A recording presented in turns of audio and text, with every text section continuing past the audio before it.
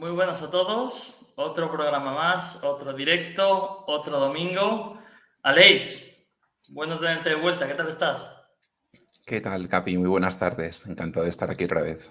¿Qué tal ha ido el verano? Que no te hemos visto por aquí. Yo creo que la última vez fue antes del verano. ¿Qué tal el verano? Bien, no, no ha estado mal, no ha estado mal. He tenido la ocasión de escaparme 10 días a Lanzarote y Bueno, bueno, fue un poco la ventana de escape. bueno, ya tuviste yo creo que más vacaciones que yo, así que no, al menos Exacto. comparándote conmigo no te puedes Eh, quejar. Pero la verdad es que el otoño viene cargado, ¿eh? O sea, Pues si sí, no teníamos bastante en los últimos meses con todo lo de Rusia, Ucrania y demás, también con temas de China, ¿no? El ruido de sables que hay también incluso con la parte de Taiwán y bueno, vuelve a caldearse el ambiente geopolítico por una zona que además sí que es bastante habitual, ¿no? pues sí, la verdad es que sí. Em, Al final, si lo reducimos un poco a la mínima expresión, pues estamos hablando del que posiblemente sea el conflicto en activo más longevo del planeta.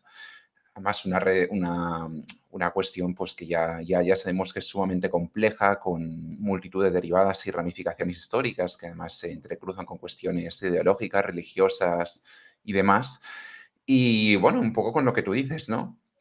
Con el agravante de que se sucede en un momento en el que pues, el mundo de por sí ya está en un contexto bastante volátil e inestable y por tanto no hace más que insuflar llamas al entorno geopolítico. Y bueno, con la presentación de hoy vamos a intentar poner un poco de luz, no tanto a lo que es el trasfondo histórico, porque convendrás conmigo que es un tema que nos podría llevar horas, si es que no días, para debatir y probablemente Sí. incluso así no llegaríamos a ningún tipo de, de punto en común, puesto que al final son posiciones maximalistas completamente enfrentadas, sino que lo que vamos a intentar es poner más en foco en clave presente y un poco el futuro más inmediato a ver qué nos podemos encontrar. Pero Aleix, antes de eso tenemos por aquí a Raúl. A ver si aparece Raúl Perfecto. por aquí. ¿Qué tal estás, Eh, Raúl? Hola, ¿me escucháis? Parece que Te tengo escuchamos. problemas técnicos, pero no, va bien, ¿no? Ahora estamos Va bien, perfecto. ¿no? Sí. Vale, vale, vale. ¿Qué sería Genial. de momento un Raúl sin problemas técnicos? Piénsalo así. Sí, sí, es nuestro día a día.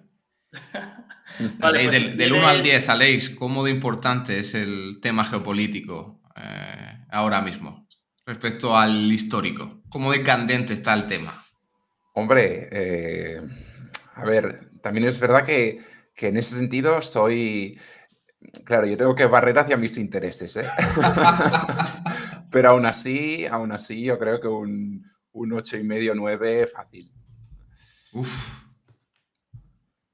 Sí, sí, estamos, bueno, más allá de las vicisitudes del conflicto en sí, pues todos entendemos que es una cuestión grave, no hay más que ver que acapara los titulares en todos los informativos desde hace ya muchos días y además hay una tensión latente evidente porque da un poco la impresión, no sé si también lo veréis vosotros, que como que lo peor puede estar por llegar, ¿no? eso justo te voy a decir, como a mí me da justo esa sensación como que lo peor está de camino, ¿no? Han pasado cosas absolutamente horribles y lo peor es eso, que parece que van a pasar cosas aún peores, ¿no? Entonces a mí eso, la verdad es que me causa, ¿sabes? Esto que como una intranquilidad a nivel personal muy grande y yo lo he visto en la última semana, lo que es entrar en Twitter, todas las imágenes, los vídeos y demás, tanta gente odiándose. La verdad es que me da Sí, como un escalofrío a veces, ¿eh? sí, Sinceramente. Entonces, por eso yo creo que es más necesario que nunca un análisis frío de la situación, totalmente, no sé si despolitizado o desideologizado, o al menos lo máximo posible, ¿no? Dentro correcto. de, dentro de lo que cabe. Entonces, si quieres, podemos poner la presentación ya y nos vas contando, Aleix. Y tanto. Perfecto. Pues mira, antes de empezar, me va muy bien que hayas hecho esta introducción y me quedo con esta palabra que has mencionado tú, un análisis frío, porque es algo que yo también quería dejar claro antes de empezar. Es decir, esta va a ser, como ya he dicho antes, una charla, una presentación centrada en clave presente y futura. Por tanto, no vamos a analizar las causas y el trasfondo de la situación, pero tampoco vamos a analizar las atrocidades que hemos visto estos días, atrocidades que yo en cualquier caso no tengo ningún problema en decir que para mí pues, se han dado en ambos lados. Los ataques de Hamas son absolutamente injustificables y son abominables y de la misma manera pues considero que la respuesta israelí pues, es completamente desmedida, ¿no? Pero en cualquier caso, insisto, no hemos venido aquí para hablar de esto, sino hemos venido pues, para poner un poco el énfasis en las potenciales derivadas de ese conflicto y analizar hasta qué punto se puede extender en la región, que eso ya serían pues un poco lo que decíamos antes de las posiciones maximalistas y que podrían agravar todavía más la situación, ¿no? Entonces, empezando este análisis situacional de esta presentación que yo he querido preparar en el día de hoy, bueno, un breve análisis en clave presente. Tenemos ahora mismo la Franja de Gaza completamente bloqueada, sitiada por tierra, mar y aire. En las últimas horas, además, hemos sido apercibidos mediante los medios de comunicación que una parte muy importante de la misma, concretamente la zona más densamente poblada de una región de por sí muy densamente poblada, de hecho es una de las regiones del planeta donde hay más habitantes por kilómetro cuadrado, pues toda esta región norte, que engloba principalmente la ciudad de Gaza y la zona periférica, básicamente ha recibido un ultimátum, el cual, por cierto, ya ha expirado, para que la práctica totalidad de la población migre hacia las zonas del sur, ¿de acuerdo?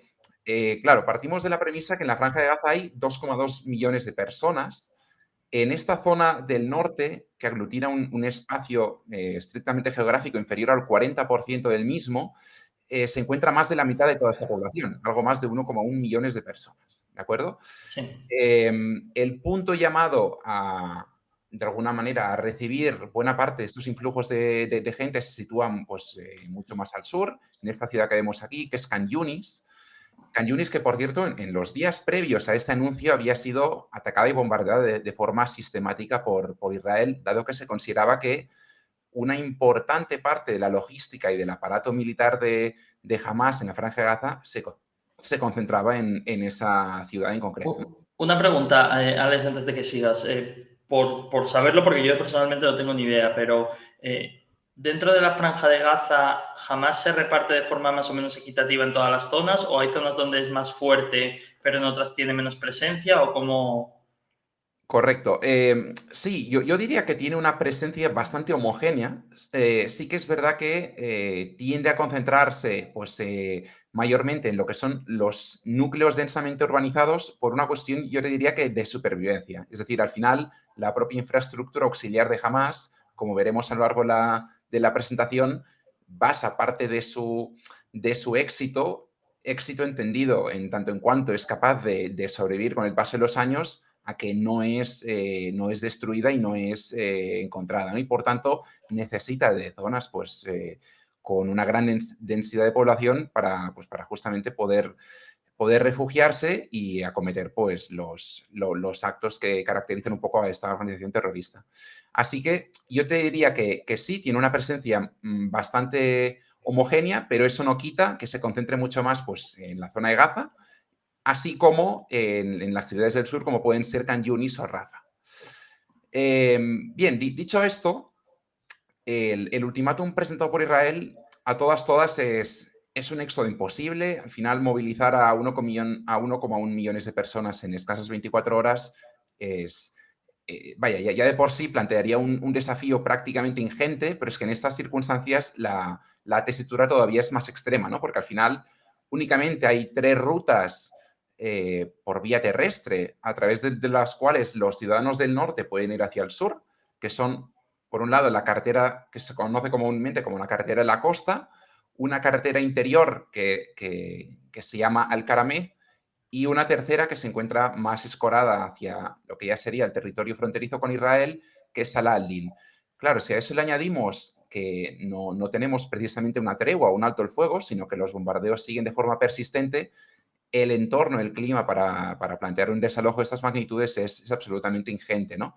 Y por poner una comparativa reciente, tuvimos hace escasas semanas lo que hasta ahora ha sido la resolución del conflicto entre Armenia y Azerbaiyán en el Nagorno-Karabaj, que terminó, por así decirlo, con el desalojo, con el éxodo de toda la diáspora armenia que todavía vivía en esa bolsa, ¿no? Rodeada por Azerbaiyán.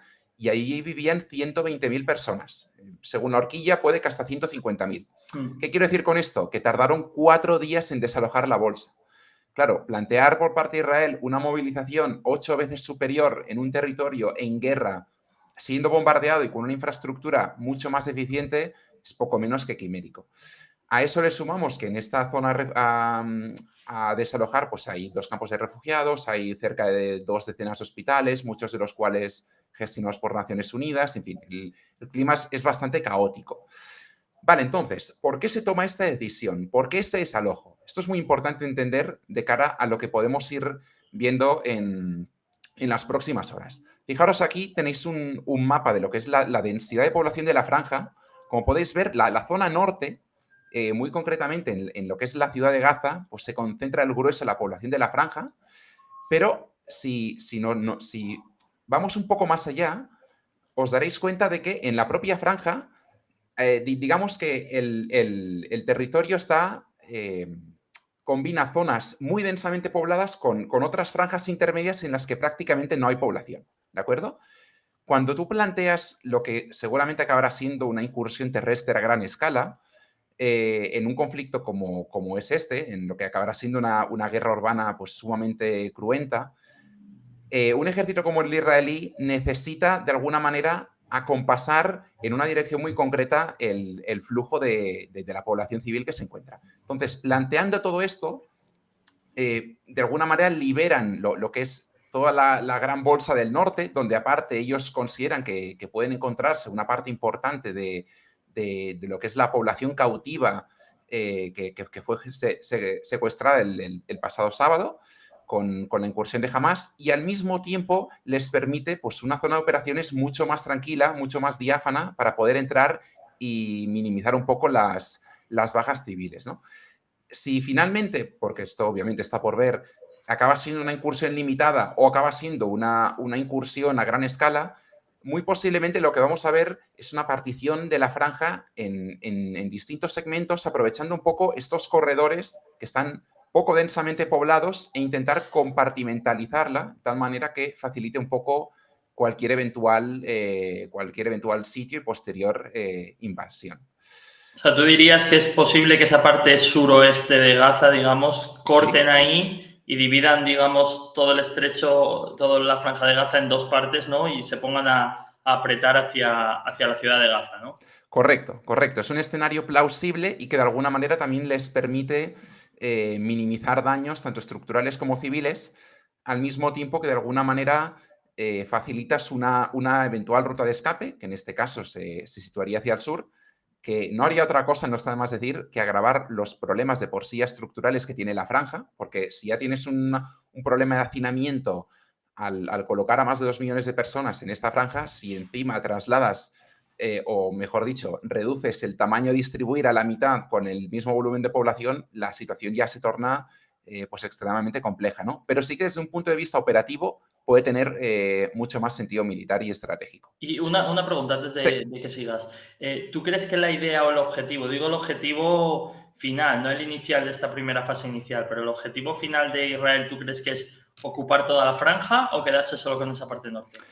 Es una muy buena pregunta. A ver, el objetivo declarado de Israel es la eliminación de cualquier capacidad militar de Hamas. Hasta aquí, nada que no hayamos escuchado ya. Claro, de entrada habría que plantear la pregunta si es factible derrotar militarmente a Hamas sin ocupar la franja. Esto ya de por sí da para un debate aparte. Habrá quien piense que sí, otros como yo que no lo tienen tan claro. Y luego está la cuestión de la gestión, es decir, el sentimiento de odio visceral de la población palestina hacia Israel, pues obviamente es notorio y más en un contexto como el actual, y plantear la opción de ejercer un control de la misma, pues es algo que se antoja complicado. No hay más que ver la actual situación en la otra gran bolsa palestina, que es Cisjordania, lo que se conoce comúnmente como el West Bank, que indirectamente ha sido el germen de este estallido social que hemos visto, porque en los últimos meses se habían sucedido pues todo un seguido de operaciones militares prácticamente diarias en fin, con múltiples derivadas y daños logísticos y humanos, ¿no? Uno de los expresidentes de Israel en las últimas horas se ha llegado a pronunciar, dado que estos días estamos escuchando fórmulas y planteamientos de lo más heterodoxos, ha llegado a decir que una opción podría ser la ocupación de la franja y la posterior cesión de la misma a un Estado árabe que garantice, pues de alguna manera, el buen gobierno de la población pues, que se encuentra ahí. Personalmente creo que esto no resuelve ni mucho menos el problema, pero insisto, en estos días pues, se empiezan a escuchar cosas de este estilo, ¿no? Luego también está recrear un poco lo que fue la conocida como la Nakba, el exilio forzoso de los palestinos pues, hace 70 años y que podría implicar pues, el desalojo total de la población de la franja. Claro que se encuentra en una zona pues, especialmente compleja, porque la única zona terrestre donde podrían ir es el Es Sinaí Egipto. egipcio y estamos hablando de una zona absolutamente desértica, carente de la más mínima infraestructura y que al final pues, implicaría básicamente expulsarlos a una muerte segura, ¿no?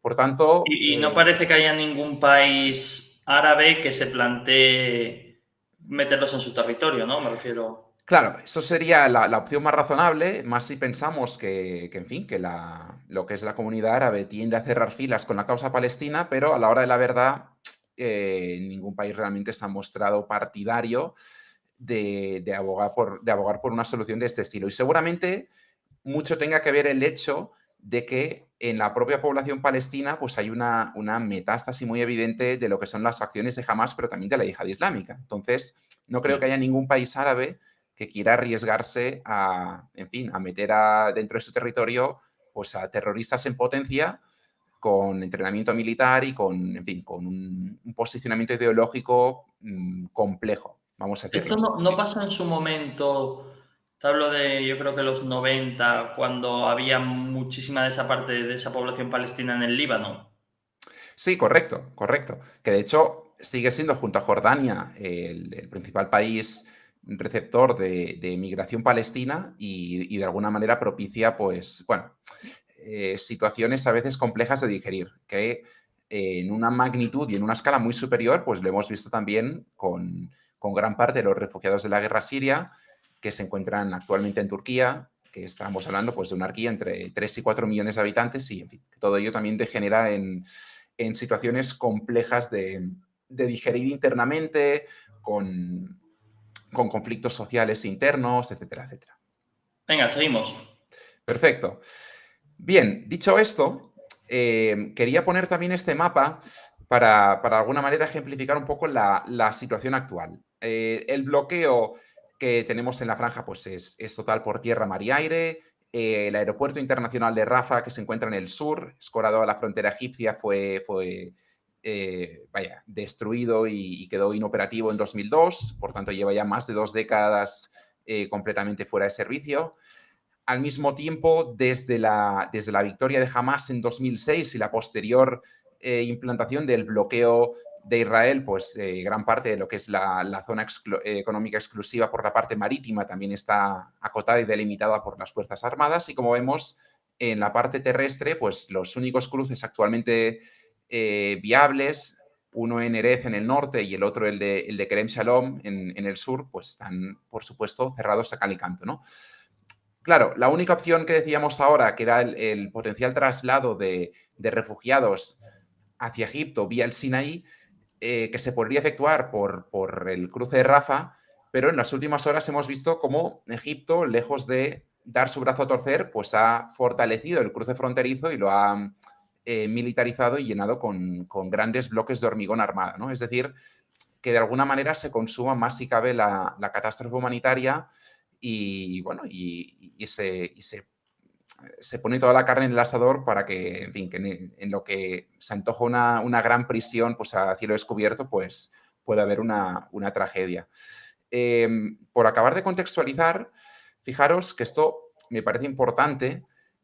Claro, tenemos una situación humanitaria precaria agravada por bueno, por un trauma descomunal que está viviendo la sociedad israelí a raíz de los ataques y agravada por un gobierno judío sumamente escorado a la derecha, Sí. con grandes figuras como el ministro de Defensa o el ministro de Interior abiertamente partidarios pues, de la expansión de los asentamientos y contrarios a la solución de los estados, y que pues, en las últimas horas, de hecho, fueron los encargados de hacer anuncios tan difíciles de digerir como que iban a cortar pues, cualquier acceso a la luz a la Franja de Gaza, así como los accesos al agua potable, a la comida o al propio Internet, que en los últimos días ya ha empezado a Bueno, caer la conexión. ojo, difícil de digerir según para quién, porque yo imagino que para lo que es el pueblo israelí no creo que hubiera muchas críticas al respecto, ¿no? Bueno, O sea, ha fíjate habido, que... pero me refiero, obviamente imagino que esa parte de críticas es mucho más a un nivel internacional que Correcto, probablemente dentro del país. Y solo correcto. tengo una pregunta rápida.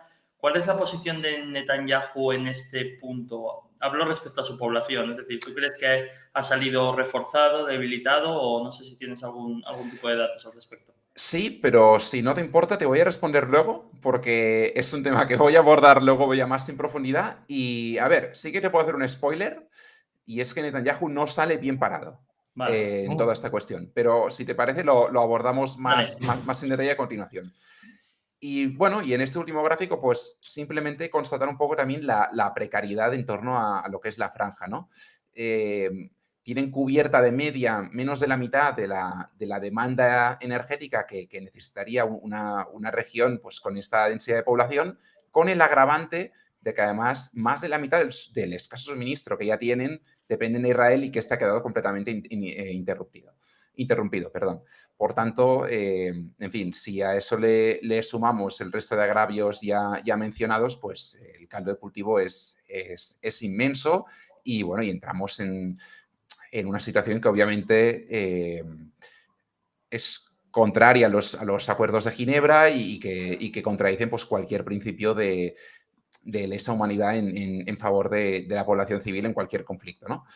Pero en cualquier caso, como dices tú, Israel se siente fuerte, sabe que obviamente tiene la sartén por el mango, toda vez que la opinión pública se ha visto sumamente escandalizada por lo que ha pasado en los últimos días con el ataque de Hamas a las zonas próximas a la frontera y, por tanto, se ve con fuerza para presionar con relativa impunidad. Bien, dicho lo cual, ¿qué es un poco lo que podemos esperar en las próximas horas? Con casi total probabilidad vamos a ver una invasión terrestre a gran escala. Todavía pues, no está claro cómo se va a llevar a cabo. Muy posiblemente veamos un ataque por tierra, mar y aire. De hecho, en el caso aéreo, pues ya vemos que el ejército israelí lleva ya muchos días allanando el terreno en previsión de un poco de lo que puedan llegar a encontrarse. Y aquí a tener en cuenta una cuestión, y es que la última invasión a gran escala de la franja se llevó a cabo en 2014. La radiografía de por entonces es diametralmente opuesta a la que probablemente se encuentren ahora. Es decir, enfrente tienen a un Hamas mucho más capaz, mucho más reforzado, mucho mejor financiado y armado, con unas bases de simpatizantes mucho más amplias. Además, habría que añadir a la ecuación el papel de la Yihad palestina, que es una formación que antes era sumamente residual y que ha crecido tanto en número como en capacidades militares. Por tanto, en ese sentido, la confrontación es evidente. Y además, pues está, como ya hemos visto en los últimos días, cuenta con inmensos arsenales de cohetes de corto y medio alcance, así como misiles, sobre todo misiles anticarro, ATGM y demás, que pueden plantear un desafío notable para lo que es el ejército israelí, las IDF.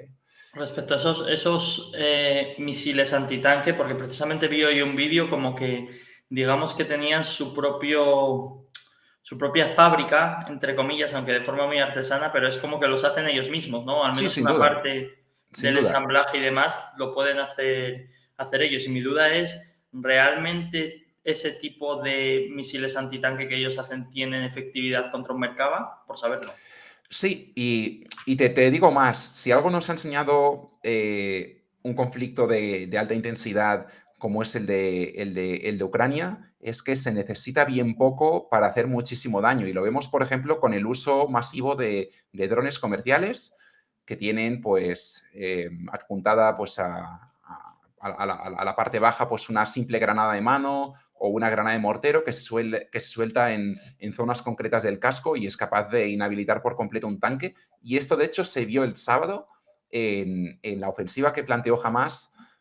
Recordemos que asaltó varias comisarías de policía, pero también bases militares que se encontraban en la zona fronteriza y se vieron vídeos de varios Merkava, incluso Merkava 4, que es la última generación, siendo atacados y dejados fuera de juego por simples drones, insisto, comerciales con pequeñas granadas de mano, ¿no? Si a eso le sumamos misiles de medio alcance específicamente diseñados para este cometido, pues obviamente la amenaza es muy superior. Y es que al final aquí, como bien dices tú, Hamás es una milicia con unas capacidades relativamente rudimentarias y artesanales, pero no olvidemos que tiene un know-how detrás muy potente, transferido sobre todo por Irán, y además tiene importantes fuentes de financiación en la diáspora, sobre todo en el mundo árabe islámico, en fin, que les permite mantener pues, todo este esfuerzo bélico, ¿no?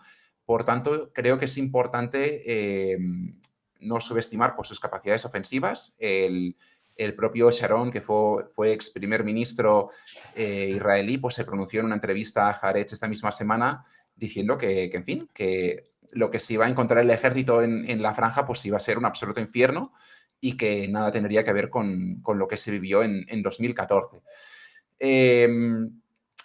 Luego está otra cuestión que no se suele comentar y es que Gaza como tal, claro, tendemos a ver la franja en lo que es la parte terrestre, pero es que Gaza tiene toda una ciudad subterránea muy importante que se compone por cientos de túneles cuyas horquillas de estimación pues, se sitúan entre los pocos cientos y los muchos cientos de kilómetros de recorrido, ¿no? Capaces de cruzar pues, todo el territorio hasta zonas concretas del sur de Israel, pero también de Egipto. Claro, es una ciudad en sí misma, una maraña de cavidades subterráneas mucho más complicadas de enfrentar por parte de Israel y también habrá que ver, porque cabría pensar que pues, la zona estará plagada de trampas y, en fin, lo que es la táctica defensiva, pues ahí jamás, al menos los primeros días, puede llevar un poco la voz cantante, ¿no? en la disputa. Luego es evidente que desde un punto de vista de fuerza bruta no tiene nada que hacer contra un ejército profesional y fuertemente armado y preparado como el israelí, pero eso no quita que el coste en vidas y el desgaste pueda ser muy importante. Y es que todavía no ha empezado la incursión terrestre y desde el propio gobierno israelí hablan de que casi 300 soldados en activo han perecido pues, en los últimos días, tanto en el sábado propiamente dicho, en la incursión, como en los días sucesivos en escaramuzas varias, ¿no? Por tanto, la cuestión de los túneles va a ser importante. De hecho, Israel lleva ya mucho tiempo preparándose al respecto, ha invertido muchísimo dinero en tecnología de detección de túneles, también en sus propias vallas fronterizas, las ha hecho cavar muy bajo tierra para justamente intentar entorpecer el avance hacia su propio territorio bajo tierra. Y, en fin, y esto es una cuestión importante.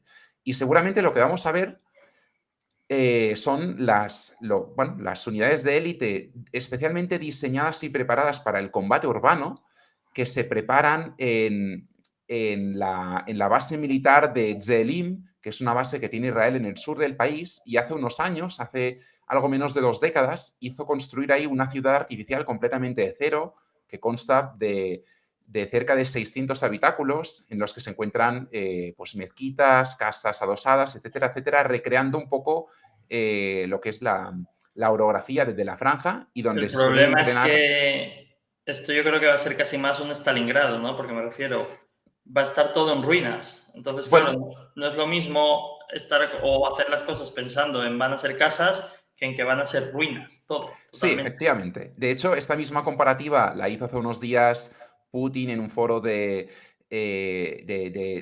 la Siberia rusa, del este, que fueron unas declaraciones cuanto menos sorpresivas, teniendo en cuenta el actual contexto entre Rusia y Ucrania, y efectivamente se refirió al conflicto, pues emulando un poco el sitio de Stalingrado, ¿no? Y poniendo un poco el grito en el cielo diciendo que sería algo inaceptable. como pequeño paréntesis, dado que no es ni mucho menos el tema que nos ocupa, pero la relación entre Rusia e Israel es compleja, es tensa. Digamos que a ambos lados les interesa mantener un cierto perfil secundario. A Rusia, pues para no incitar al envío de armamento israelí a Ucrania, y de la misma manera a Israel para que Rusia no amplíe su presencia física, sobre todo en Siria, donde ya cuenta con importantes bases y zonas de control. Pero en cualquier caso, cualquier guerra urbana hay que entender que es sumamente destructiva. Lo hemos visto recientemente en el caso de Mariupol, por ejemplo, en la zona sureste de Ucrania, pero también lo vimos, por ejemplo, en la liberación de Estado Islámico de algunas de las principales ciudades, como fue el caso de Mosul, como fue Raqqa.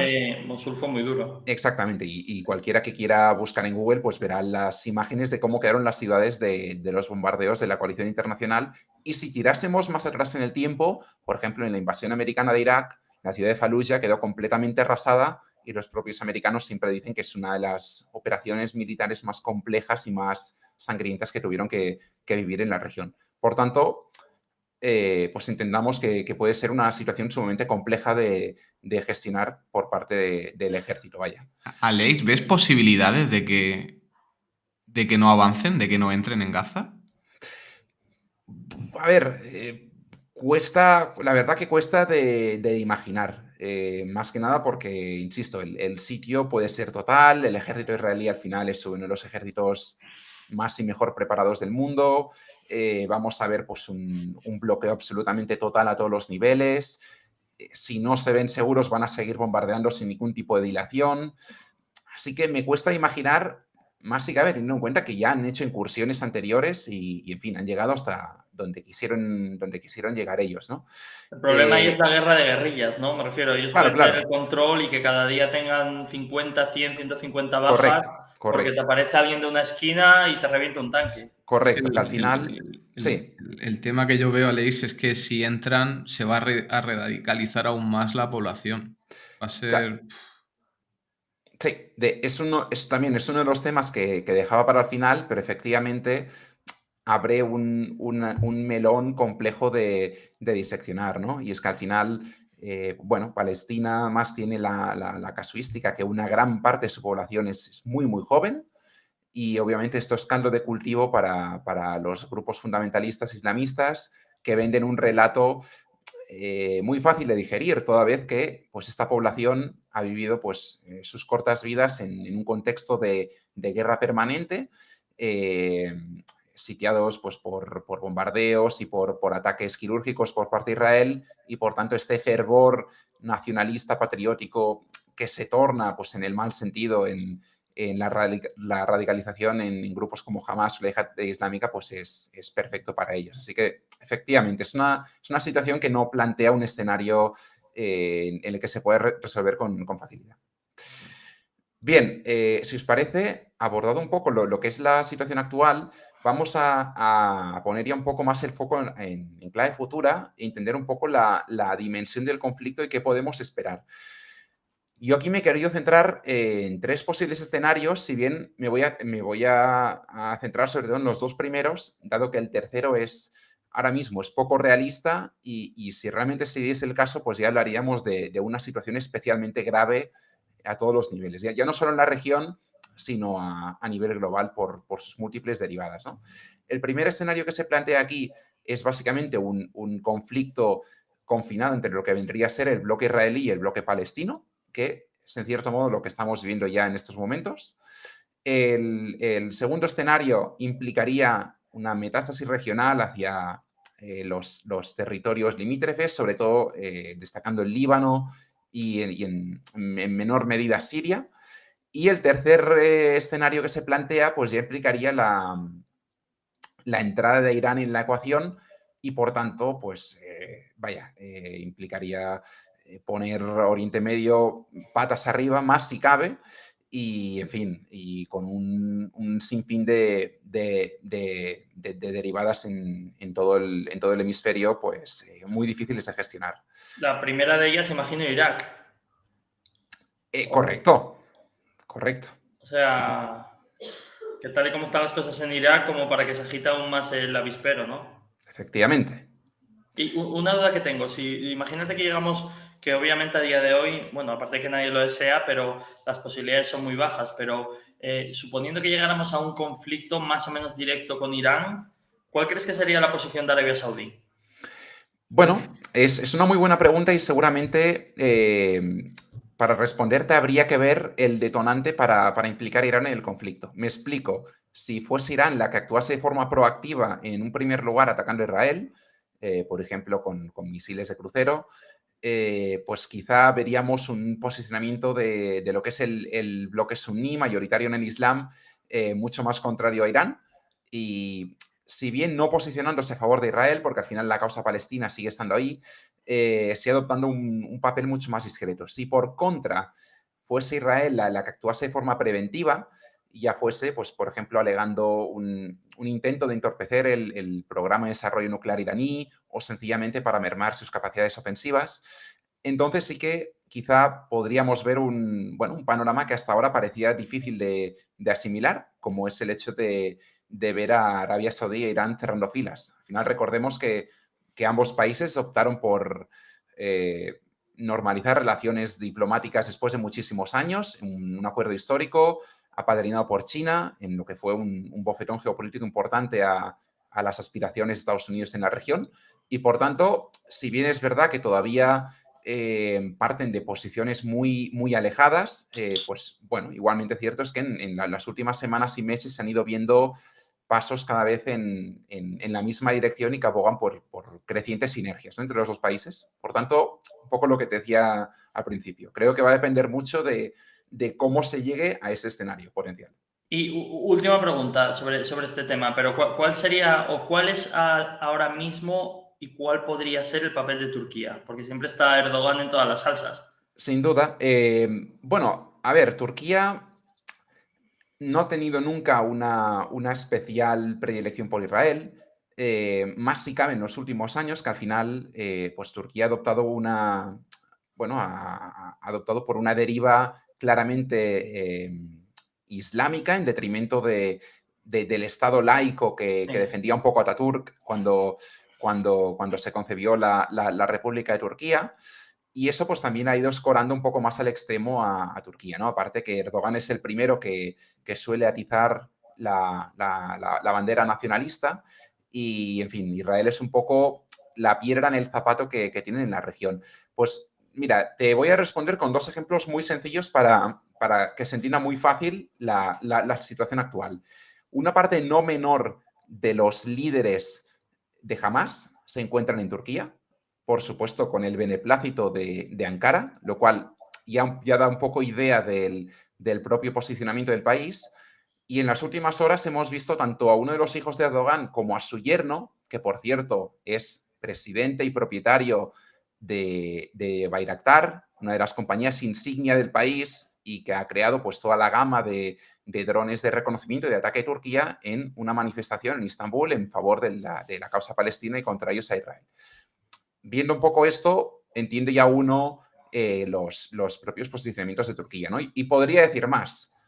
Pocos días antes de la incursión que planteó Hamas el sábado pasado en territorio israelí, en uno de los puestos fronterizos de Israel se detuvo un camión proveniente de Turquía en el que se le requisó importante material para fabricar explosivos.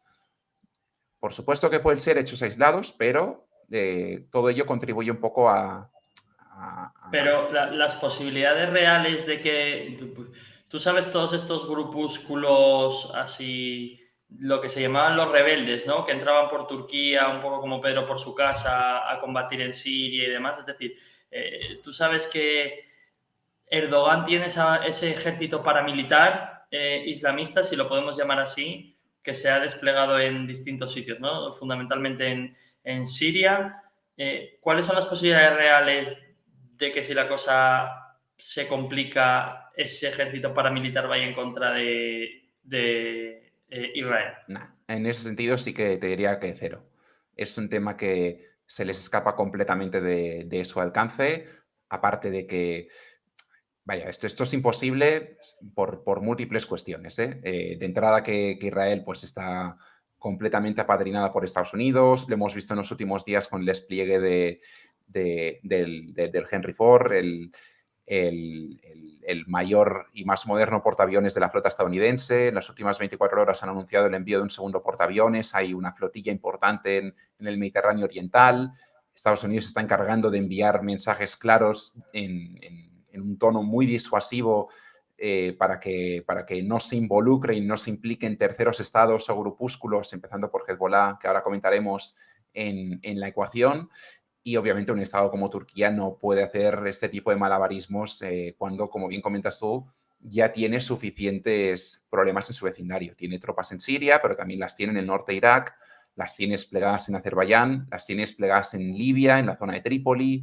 En fin, tiene trifulcas con Chipre, problemas estructurales y endémicos con Grecia, con la comunidad Pero es que armenia. está malas con todo el mundo. Claro, que al final Esto ya lo no sabemos, está en sí. una posición de fuerza como para embarcarse en este tipo de O sea, aventuras. está en la OTAN y está malas con la gente de la OTAN. Claro, y aparte está en ¿sabes? la OTAN, efectivamente. Entonces, no es un escenario ni mucho menos plausible ni que vayamos a ver. Lo que sí que puede pasar es que, en fin, que la oratoria, ¿no? Lo que es un poco el sentimiento nacionalista, pues se aticen en favor de Palestina, como ya estamos viendo, y que pues se enerve todavía más el sentimiento antijudío y demás en países como Turquía, exacto.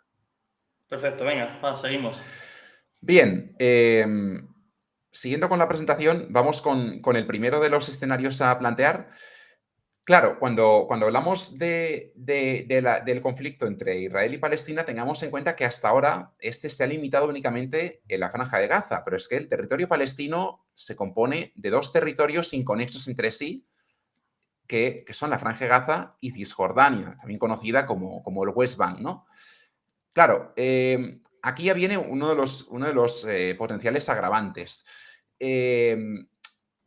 Por un lado, tenemos que la Franja de Gaza la gobierna y la administra desde 2006, jamás, desde que ganara las elecciones, mientras que en Cisjordania se encuentra Fatah, que es la otra formación imperante en lo que es la comunidad palestina.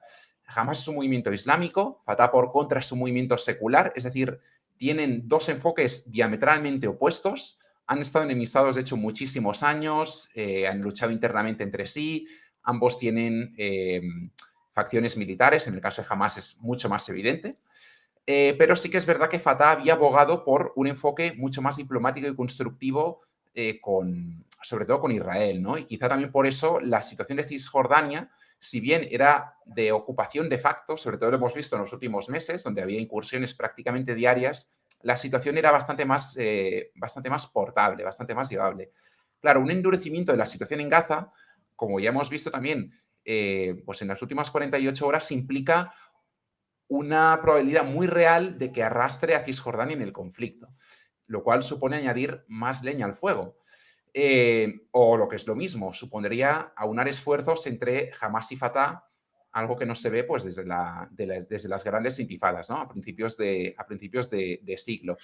En esta ecuación también entraría en escena una tercera milicia, mucho más desconocida por el público generalista, que es Lions Den. Es una milicia mucho más reciente, mucho más pequeña, menos equipada, más infrafinanciada, pero que en cualquier caso fue la que dirigió y lideró las protestas y, en fin, los enfrentamientos con Israel en la zona de Cisjordania el año pasado, que fue pues, la mayor escalada de violencia en la zona desde la segunda intifada, en 2005. Por tanto, supone ampliar en cuanto a espacio físico regional el conflicto pues, a otra dimensión, lo cual también implica un sobreesfuerzo por parte del ejército israelí y también con eso entendemos un poco la magnitud de la movilización, dado que hay pues, 360.000 reservistas movilizados oficialmente, a sumar a los 200.000 miembros prácticamente del ejército regular y, en fin, les da una capacidad de dispersarse en el territorio muy superior y anticipándose a potenciales problemáticas de este estilo, ¿no? Ya hemos visto en los últimos días pues, protestas graves en zonas de Cisjordania, sobre todo en el norte del país, en ciudades como Nablus, y es algo que muy posiblemente vaya más y que puede acabar de estallar del todo si vemos una incursión terrestre de gran escala en Gaza. ¿vale? Por tanto, es un tema importante a seguir con el consiguiente impacto que puede tener en el propio país y en la propia Israel. El segundo escenario a plantear, que visto lo visto es realista, implicaría la entrada en escena del Líbano y de Siria. Bien, aquí ya damos un paso importante en cuanto al gravamen de la situación. Tengamos en cuenta que el Líbano es de facto un estado fallido, donde pues, hay un gobierno títere financiado o sobornado, según se quiera ver, por las influyentes monarquías del Golfo, donde, pues, como también hemos visto en buena parte de África, la hegemonía y la influencia francesa pues, se ha ido disipando en los últimos años y, en fin, se ha convertido en un país ingobernable, lo cual ha sido el perfecto caldo de cultivo para que Hezbollah, que es la milicia imperante en el país, se desarrolle hasta el punto de que se convierta un poco en un Estado dentro del Estado como tal. Bien, aquí quería hacer un inciso importante. Hamas, que como hemos dicho es una milicia islamista, es una milicia suní, ¿de acuerdo? Esto es un tema muy importante porque Hezbollah, por contra, es una milicia chií. ¿Qué quiere decir esto? Que a su vez es como los iraníes que son chiíes. Efectivamente. Entonces, para entender la dimensión de este detalle, Hamas, los altos líderes de Hamas, en múltiples ocasiones han cargado contra los altos estamentos iraníes, son, por ejemplo, contrarios en fin, al modelo imperante de gobierno que tienen los ayatolás, o son contrarios a los postulados de los altos clérigos del país persa. ¿De acuerdo? Esto es importante porque, insisto, en cuanto a gobernanza, en cuanto a liderazgo, es una facción que no está en absoluto alineada con Irán. Lo digo porque, como vemos a menudo en los medios de comunicación, se tiende a asociar automáticamente Hamas con Irán y se da por hecho que hay una relación muy estrecha entre las partes, que la hay, pero no es ni mucho menos el mismo caso que vemos en Líbano. En Líbano, Hezbollah es una milicia chií que está perfectamente alineada a través de su secretario general, que es el señor Nasrallah, ideario y cara visible del movimiento pues, desde hace ya muchísimos años, que está financiada, que está armada y que, en fin, que va plenamente acompasada con Irán. ¿De acuerdo? Esto es muy importante a tener en cuenta. Porque... Pero es curioso que en esa situación, si te fijas, probablemente quien más está apoyando, yo diría, prácticamente a todos los niveles a Hamas, sigue siendo Irán. Correcto, correcto. Decir, podrías esperar que alguno de los países de mayoría sunita tuvieran un apoyo muchísimo mayor, dando un apoyo muchísimo mayor a Hamas, correcto. ¿no? De hecho, se han pronunciado abiertamente a favor de Hamas y del bloque palestino, por llamarlo de alguna manera. Sin duda. Es decir, son enfoques diametralmente opuestos en cuanto a la interpretación del Islam, pero todos estos grupos, tanto Hamas como Hezbollah, son parte de lo que se conoce como el eje de la resistencia y que al final comparten un objetivo y un fin común, que es la derrota de Israel y la erradicación del Estado israelí, entendido sobre todo como el Estado sionista, ¿de acuerdo? Que, insisto, esto ya es tema para otro debate. Complejo, sí. Sí, pero por poner un simple ejemplo de esta cuestión, el presidente iraní, Fazli, se publicaba hoy en su cuenta de Twitter pues, un encuentro con líderes judíos y venía a decir, no tenemos ningún problema con la causa judía, nuestro problema es el sionismo. Insisto, no es un tema que vayamos a abordar ahora, pero para también entender un poco los distintos matices en un conflicto tan complejo. Hombre, ese ha sido, en mi opinión, un golpe de efecto bastante efectivo. Correcto. Sí. Bien, entonces, tenemos a Hezbollah, por tanto, a la espera en el sur del Líbano. Tengamos en cuenta que si finalmente da un paso adelante, Hezbollah es una milicia mucho más capaz, mucho más numerosa y mucho mejor armada que Hamas, que ya de por sí es un enemigo muy a tener en cuenta. Por tanto, supondría una escalada especialmente grave. Israel es plenamente consciente de que, en fin, que en el sur del Líbano pues, es donde tienen el verdadero problema. Y si os fijáis, en las últimas horas sí que es verdad que ha habido pues, intercambios de fuego entre partes, ha habido pues, algunos milicianos de Hezbollah muertos, declarados oficialmente por la propia organización, también algunos soldados israelíes en la zona fronteriza que también han sido abatidos, pero todo se ha limitado en pequeñas escaramuzas y sobre todo en intercambios de mortero. Es decir, no interesa escalar porque todas las partes son muy conscientes de lo que hay en juego. Y la propia Estados Unidos, lo cual llama la atención, dado que un país no suele dirigirse directamente a, en este caso, una milicia no reconocida y declarada abiertamente como grupo terrorista, pues también se ha puesto en contacto con Hezbollah, como así lo constatan pues, los cables internos del Departamento de Estado, para de alguna manera disuadirles de cualquier avance en ese sentido, ¿no? Todo obviamente va a depender mucho de la crudeza con la que se ceben los israelíes en la Franja de Gaza, y a partir de ahí, pues vamos a ver si bueno, esto escala y traspasa un poco la línea fronteriza. Si realmente Hezbollah se implica, la cosa cambia muchísimo. Hablamos de una milicia pues, con un arsenal de cohetería infinitamente superior al de Hamas, capaz de saturar por completo los sistemas defensivos del Iron Dome israelí, con misiles tierra-aire, con misiles antibuque, que puede plantear una amenaza muy seria en fin, a Israel y a lo que son sus activos estratégicos, tanto terrestres como marítimos. Y luego tenemos la baza de Siria. Claro, tengamos en cuenta que Siria en sí misma lleva todavía, tras más de una década, en su particular guerra interna, en su particular guerra civil, con amplias zonas del país todavía ajenas al control de Damasco y de Bashar al-Assad, especialmente la zona del este, controlada por los kurdos en apoyo de los americanos. Pero tengamos en cuenta que una parte del territorio sirio fue anexionada por Israel, que son los Altos del Golán, en la guerra de Yom Kippur en el 73, y desde entonces ha sido un territorio controlado de facto por Israel y que de hecho aprovecha su ventaja, digamos que geográfica, toda vez que es un punto alto y que les da una situación defensiva pues, de poder, ¿no? Claro, Siria como tal, yo personalmente dudo que se vaya a implicar en esta cuestión, si bien sienten una animadversión profunda hacia Israel, toda vez que pues, en los últimos años han sido muchas las ocasiones en las que Israel, aprovechando el espacio aéreo del Líbano, ha atacado objetivos en Siria, a priori asociados a Irán y a milicias y grupos chiíes, pero sí que justamente en esa misma línea pues, podría servir como base logística para que grupos chiíes y milicias, por ejemplo, iraquíes o incluso iraníes, pues crucen la frontera, ¿no? De hecho, hemos visto en las últimas horas ataques al cruce fronterizo entre Siria e Irak, en Al-Bukamal.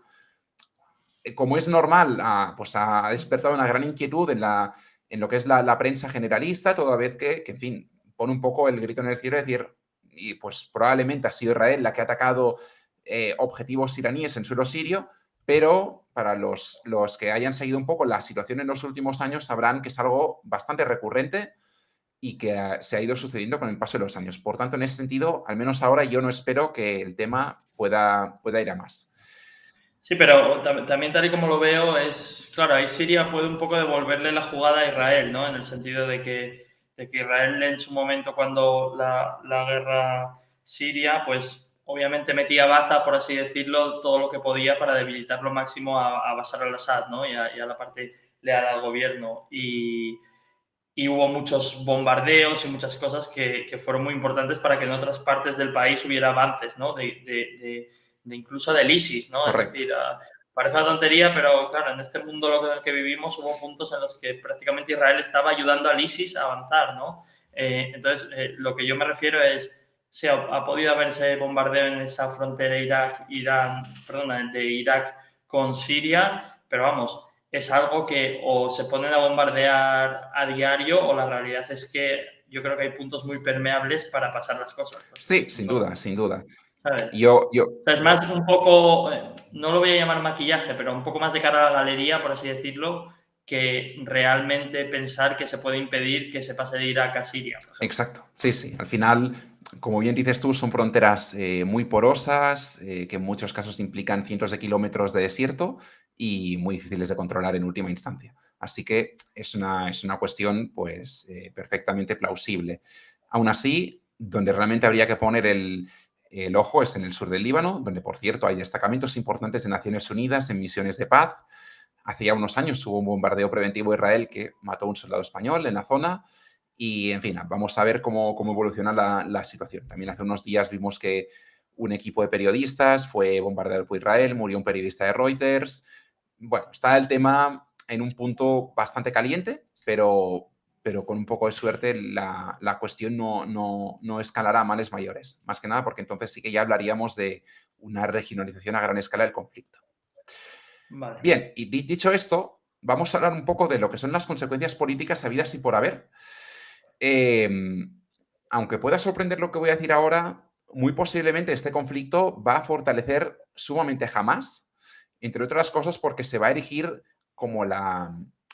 Sí, como la potencia dominante dentro de Palestina. Efectivamente. Al final, la disputa histórica entre Hamás y Fatah en este conflicto pues ha quedado muy patente que quien lleva la voz cantante ha sido Hamás y quizá más importante, el papel de Fatah en todo el proceso ha sido prácticamente nulo. En Cisjordania se encuentra la autoridad palestina, que es de facto el órgano de gobierno que representa a todos los territorios palestinos, y Mahmoud Abbas, que es su presidente, es a su vez la cara visible y líder de Fatah. Tengamos en cuenta que Mahmoud Abbas tiene 87 años, por tanto, cabría esperar que su carrera política y su crédito pues estén en la recta final. Y luego recordar lo que he dicho antes. Pese a la caza de brujas que plantea Israel hacia todos los altos dirigentes de Hamas, como es lógico en este contexto, la gran mayoría de los mismos se encuentran diseminados en países afines. Por ejemplo, una parte muy importante está en Qatar, que es uno de los grandes valedores de la financiación del grupo armado. Otra parte no menos importante está en Turquía, que suele prestar apoyo logístico, otros en la propia Egipto, otros están en Líbano, incluso en Malasia hay destacamentos y mandos importantes, ¿no? Por tanto, va a ser complicado erradicar la influencia y el poder político y armado de Hamás como plantea Israel en su operación militar a gran escala. Y luego... Una pregunta, ¿qué posibilidades hay de que Hamás empiece a alcanzar una cuota de poder relevante en Cisjordania? Es decir, que se implante... Buena pregunta. Es una muy buena pregunta. Hasta ahora tenían un papel residual, pero efectivamente en función de los acontecimientos que vayamos a ver en los próximos días, pues es un escenario ni mucho menos descartable. Y eso obviamente abriría la puerta a que en última instancia jamás pudiese llegar a controlar la autoridad palestina. Hoy en día, insisto, ahora mismo al menos es un tema que no es ni mucho menos, voy a decir, realista, si bien es cierto que la influencia y el control de Gaza es total, pero un poco en línea con este gráfico que os pongo ahora, tengamos en cuenta la cuestión de la demografía porque es muy importante. Casi la mitad de la población, tanto en Gaza como en lo que es la Cisjordania, tiene menos de 20 años. Son por tanto, gente muy joven que se ha criado en un contexto de guerra permanente y obviamente eso da alas a la línea dura de la confrontación con Israel. Por tanto, no es ni mucho menos un escenario a descartar. Y luego, en cuanto a Israel, hemos visto que han optado por la formación de un gobierno de coalición, es decir, han dejado de lado las enormes fricciones y disputas internas que tenía el país en los últimos meses, empezando por la famosa reforma judicial, que en fin, pues levantó muchísimas asperezas, no solo en el propio Israel, sino también en los aliados históricos como Estados Unidos, que les dieron varios toques de atención. En cualquier caso, han cerrado filas con un gobierno amplio de coalición, se ha metido en la ecuación Benny Gantz, que ya fue primer ministro del país. Por tanto, en ese sentido es un gobierno fuerte. Habrá que ver, eso sí, cómo se gestionan pues, los actos en las próximas horas y los próximos días. Pero en cualquier caso, sí que me llama mucho la atención, y aquí ya respondo a tu pregunta de antes, Capi, tanto el Jerusalem Post como el Haaretz, que son los medios insignia de Israel, no han titubeado a la hora de publicar editoriales criticando abiertamente al gobierno de Netanyahu y responsabilizándolo mayormente de la situación de fondo.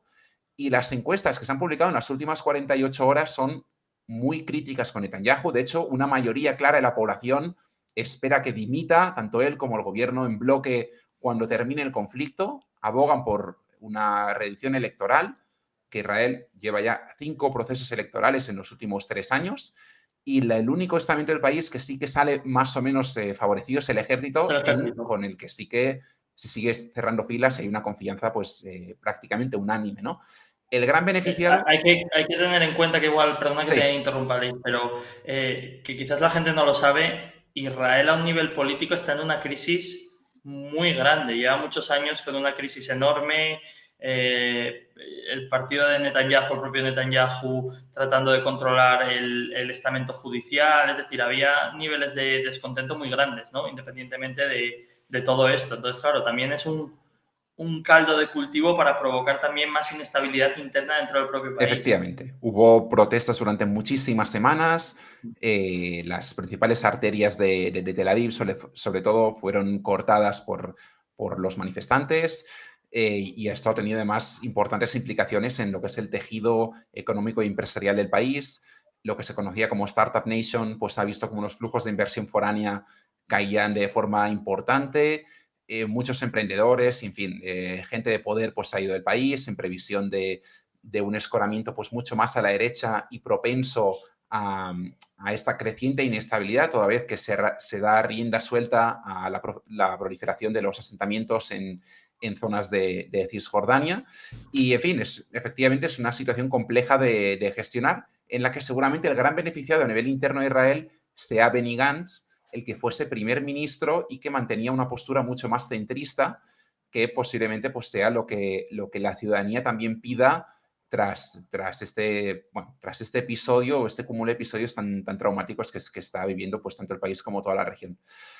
Lo que pasa es que tú sabes que son cosas tan graves las que están pasando y van a pasar, que lo que pide hoy el pueblo de Israel igual cambia mucho en 2 semanas. ¿Sabes a lo que voy? Que igual en 2 semanas el pueblo de Israel en general está lavando la mano dura de Netanyahu, Sin duda, por decirte algo. sin duda. Entonces, eso hay que seguirlo en detalle y sobre todo siendo conscientes de eso, de que puede cambiar en cualquier momento. Efectivamente. Sí, es un tema caudal. Al final, los muertos en Israel tienen un peso muy importante. Los propios capturados tienen una simbología enorme. No hay más que ver pues, la incursión que hizo la propia Hamas en 2009 en territorio palestino, capturando a un soldado, matando a otros 2, el cual fue liberado 6 años después a cambio de 1.000 prisioneros palestinos. Es decir, las ecuaciones juegan aquí un papel muy importante. Y evidentemente este tipo de cuestiones, por ejemplo, si empezamos a ver decapitaciones arbitrarias en público de los prisioneros, pues esto puede endurecer mucho más el discurso en Israel y en fin, reforzar un poco la impunidad con la que puedan actuar en la zona. Y luego el otro punto a destacar como gran consecuencia política de este conflicto son los acuerdos de Abraham, unos acuerdos que se firmaron bajo la administración Trump, unos acuerdos históricos a nivel regional que pusieron pues, un borrador para plantear la normalización de las relaciones diplomáticas internacionales entre Israel y parte del mundo árabe, ¿no? Hasta entonces, hasta 2020, únicamente Jordania y Egipto reconocían a Israel como Estado soberano y tenían tratados de paz vigentes, entre otras cosas porque fueron los países derrotados en la guerra de Yom Kippur y de alguna manera también fueron ciertas imposiciones que se tuvieron que negociar en aquel momento. Pero el resto de la zona no mantenía ningún tipo de enlace oficial. En 2020 vimos que Marruecos, que Sudán, que Emiratos Árabes Unidos o que Bahrein se unían a este club y pues bajo la batuta de Kachner, el nieto de Trump, pues se llegó a un acuerdo importante en la región y esto se puede ver muy debilitado en los próximos días y en las próximas semanas. Hemos visto importantes protestas en el mundo árabe, hay una creciente desconexión entre lo que es la clase de liderazgo, entre la clase política dirigente y la población civil. Por ejemplo, en Marruecos ha habido protestas masivas en varias zonas del país, en tanto en cuanto es destacable porque la relación entre Marruecos e Israel es muy estrecha. Israel, por ejemplo, Sí. financió y diseñó pues, toda la gran muralla que se extiende por buena parte del Sáhara Occidental, o les ha facilitado armamento de última generación en su particular guerra fría con Argelia, ¿no? El caso de Turquía, que lo hemos comentado antes, se ha posicionado claramente en favor de Palestina, con unas críticas feroces a Israel. Hemos visto importantes dirigentes del gobierno, como el nieto y el hijo de Erdogan, en manifestaciones en favor de Palestina. El caso Sudán, que también me parece muy interesante, si bien es verdad que desde un punto de vista de influencia geopolítica es un país menor, tiene un peso importante en África, con un ejército importante, y en las últimas 24 horas ha restablecido lazos diplomáticos con Irán, cosa que no pasaba en muchísimos años y da un poco idea del cambio de paradigma que se está gestando en la propia región, ¿no? Egipto y Jordania, que si bien no han dado pues, pasos en falso que pueda debilitar su posición con la vecina Israel, pues sí que han abogado, por ejemplo, por organizar grandes convoyes humanitarios para entrar a través de Rafah, convoyes que Israel se encargó en su momento de decir que bombardearía si osaban cruzar la frontera, y aún así sí que es verdad que ni mucho menos han cruzado, pero han mantenido el pulso y siguen apostados a escasos kilómetros de la frontera. Luego tenemos en el lado opuesto tanto a Bahrein como a Emiratos Árabes Unidos, que ahora mismo son los únicos países que realmente han cerrado filas con Israel, que se han mostrado contundentes y críticos con el movimiento de Hamas. Aquí quien más se juega con muchísima diferencia es Emiratos Árabes Unidos, es el país que más se ha beneficiado de los acuerdos de Abraham. Digamos que el comercio bilateral entre los dos países ha crecido de forma muy notable en los últimos meses. Todavía son cifras relativamente simbólicas si las comparamos entre dos países en condiciones más o menos normales, se sitúan entre los 200 y los 300 millones de dólares anuales, pero hay cuestiones sensibles. Pongo dos ejemplos.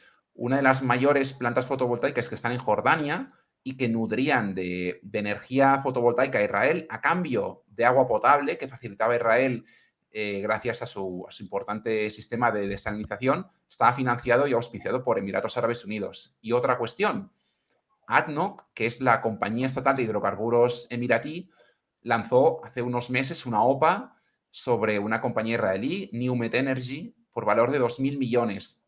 En los foros económicos siempre se ha considerado que esta OPA trasciende más allá de lo económico y que tiene sobre todo un importante mensaje político, ¿no? Si se llega a dar una transacción de este calibre y de esta magnitud, pues será un paso importante en pro de las relaciones entre las partes. Y en las últimas horas, pues ya hemos visto que algunas voces apuntan a retirar la oferta justamente por lo complicado que va a ser de vender de cara a la población civil, ¿no? Y luego tenemos el último país, que quizá aquí es el más importante, que es Arabia Saudí. Ha congelado de facto cualquier eventual normalización de las relaciones con Israel. Era un deseo expreso de la administración Biden de Estados Unidos y se quería utilizar como caballo de batalla de cara a las elecciones presidenciales del año que viene en Washington. Tengamos en cuenta que la mayor diáspora de judíos del mundo está en Estados Unidos, que hay más de 6 millones de habitantes, que tienen una influencia descomunal, que controlan lobbies muy poderosos y que abarcan industrias tan importantes como Hollywood. Por tanto, todo esto tiene una repercusión muy importante cuando no se logra un acuerdo de este tipo, ¿no? Y luego tenemos a Qatar, que también me parece importante mencionar, que es como decía, el principal valedor financiero de Hamas y que ha hecho una crítica feroz de la respuesta israelí y cerrando filas con poco con la causa palestina, ¿no? Aleix, sí. No te lo vas a creer, pero tenemos ahora mismo en el directo más de 1000 personas. ¿Qué? Hostia. Yo no lo sabía, me lo acaba de decir Raúl, pensé que era broma, ahora me has pero puesto sí, nervioso. Tenemos más de 1000 personas, así que lo primero que quiero hacer es agradecer a toda la gente que nos está viendo. Sospecho que igual hay gente que nos está quizás viendo por primera vez, así que simplemente deciros que un like, como veis hay mucho esfuerzo y mucho trabajo detrás, en este caso de Aleix, así que un like siempre nos ayuda y suscribiros al canal. Y luego diría que podéis dejar todos los comentarios que queráis ahora en el chat porque, Raúl, hemos tomado una decisión, ¿verdad? Sí, bueno, somos ya cerca de 1200. Yo solo pido, por favor, que os moderéis en el chat. O sea, todas las opiniones están bien tenerlas, pero con respeto, por favor. Porque la verdad es que veo gente que se posiciona tanto a un lado como a otro, pero esto es un tema súper complejo, como bien ha dicho Aleix. Y yo no veo aquí un bando que sea el bueno y un bando que sea el malo, claramente. Correcto. Entonces, eso, avisar que la parte del mercado del gas la vamos a hacer la semana que viene. Entonces, si hay 50, 60 personas esperando eso, se pueden ir enfadados si quieren, ¿verdad, Raúl? Si me permitís un matiz, yo ya estoy terminando, ¿eh? Lo digo porque... No, vale. Aún así yo creo que es interesante alargar esto porque creo que hacía falta, ¿no? O sea, obviamente no es un tema que vamos a hablar todas las semanas, pero siempre está muy bien, Aleix, aprovechar tu valioso tiempo. Y de hecho yo es que tengo muchas preguntas y me he estado callando. Yo tengo unas cuantas que me he apuntado, pero ahora te las cuento. Bien. ¿Sabes? Más Entonces, numerosos vamos a seguir usuarios. con esto y lo dicho, agradecer a la gente que nos está siguiendo y un like y un subscribe y dejar preguntas que tengáis para Leis, porque hoy vamos a hacer el programa, vamos a cambiar la idea que teníamos y vamos a seguir con esto. Perfecto. Así que venga, Leis, dale. Si me permitís, le mando un saludo a mi querido amigo Sergi, amigo de toda la vida, que veo que ha entrado en el chat, y le mando un fuerte abrazo. Y nada, dicho lo cual, bueno, con esto quería poner punto y final un poco a lo que es el bloque político y a centrarme en el último tema que quería tocar hoy, que era la parte estrictamente energética y que obviamente pues... Una cosa, sí. antes de que sigas, el papel de Arabia Saudí es que a mí es un papel que me intriga mucho, porque claro, Arabia Saudí era un país que siempre yo, quizás de forma correcta o de forma errónea, pero siempre había tenido la sensación que hasta hace no tanto era un país muy pro Estados Unidos, ¿vale? Siempre habían ido de la mano de Estados Unidos. Ya hablamos desde la URSS, o sea, no hablamos de ayer, ¿no? Pero siempre habían ido de la mano de Estados Unidos y el papel que están tomando en los últimos años tratando de dar el salto a potencia regional, ¿no? Un poco parecido a lo de Turquía, donde quieren tener aliados, digamos, ¿no? No ser, digamos, la marioneta de nadie. Entonces, sí que llevamos mucho tiempo viendo ese distanciamiento, ¿verdad? Con América y, claro, parece que ahora en el saco va también Israel, ¿no? Es decir, no solo Estados Unidos, pero también es Israel como en cierto modo satélite de Estados Unidos y sí que había, no sé si puedes contarnos un poco, sí que se supone que Israel y Arabia Saudí estaban negociando un acuerdo, ¿no? Bastante, que podía ser bastante histórico, es decir, estaban en un punto de cierto acercamiento y claro, una de las cosas que se hablaba es que en cierto modo esto deja más, no sé si con esa intención o no, pero la realidad es que lo que estaba potenciando es que probablemente ese acuerdo salte por los aires, ¿no? Correcto. De hecho, está muy bien que hayas comentado esto porque no lo he comentado y me parece que es, si bien he dicho que no iba a profundizar en las causas del conflicto, sí que esto me parece importante de resaltar. Es decir, podemos teorizar, podemos debatir acerca de los motivos que hay detrás de un ataque como el perpetrado por parte de Hamas el sábado pasado, pero posiblemente uno de los principales motivos de peso sea dinamitar cualquier potencial acercamiento presente y futuro entre Israel y el resto de países árabes, ¿no? Y es un aviso a navegantes también a aquellos países que, pues ya en 2020 optaron por normalizar relaciones con el Estado judío. Bien, volviendo un poco al tema de Arabia Saudí, al final tengamos en cuenta lo siguiente. En el Islam, en sus propias escrituras, constan tres grandes sitios con una relevancia y con una importancia caudal. Uno que se encuentra en Jerusalén, que es la mezquita de Al-Aqsa, pero los otros dos se encuentran en territorio saudí. Por un lado tenemos la Meca y por el otro lado tenemos la Medina. La Meca, donde, de hecho, pues se dan cita anualmente cientos de miles de musulmanes para el peregrinaje anual y que recordemos que se considera como una cita ineludible en la vida de cualquier musulmán y que toda persona pues debe hacer al menos una vez en su vida, ¿no? Por tanto, Arabia Saudí encarna un poco el faro de lo que es el movimiento suní y tiene una importancia y tiene una responsabilidad muy importante para con una gran parte de esta población que en muchos casos se puede sentir huérfana de líderes comprometidos, ¿no? En ese sentido, yo creo que desde Riad pues, son muy conscientes de la fuerza y del papel que tiene Palestina. Y si bien es verdad que desde un punto de vista, por ejemplo, de defensa o militar, les interesaría un acuerdo con Israel, entre otras cosas porque en la ecuación para un eventual acuerdo pidieron sin ningún tipo de fisuras que a cambio recibieran un pacto de seguridad al más alto nivel desde Estados Unidos, ¿no? Lo que implicaría una transferencia de armamento y de tecnología militar pues, muy importante y era un tema justamente espinoso y que se estaba acabando de dilucidar. Por tanto, si bien les interesaría esto, también son muy conscientes de que necesitan de alguna manera apaciguar las aguas internas.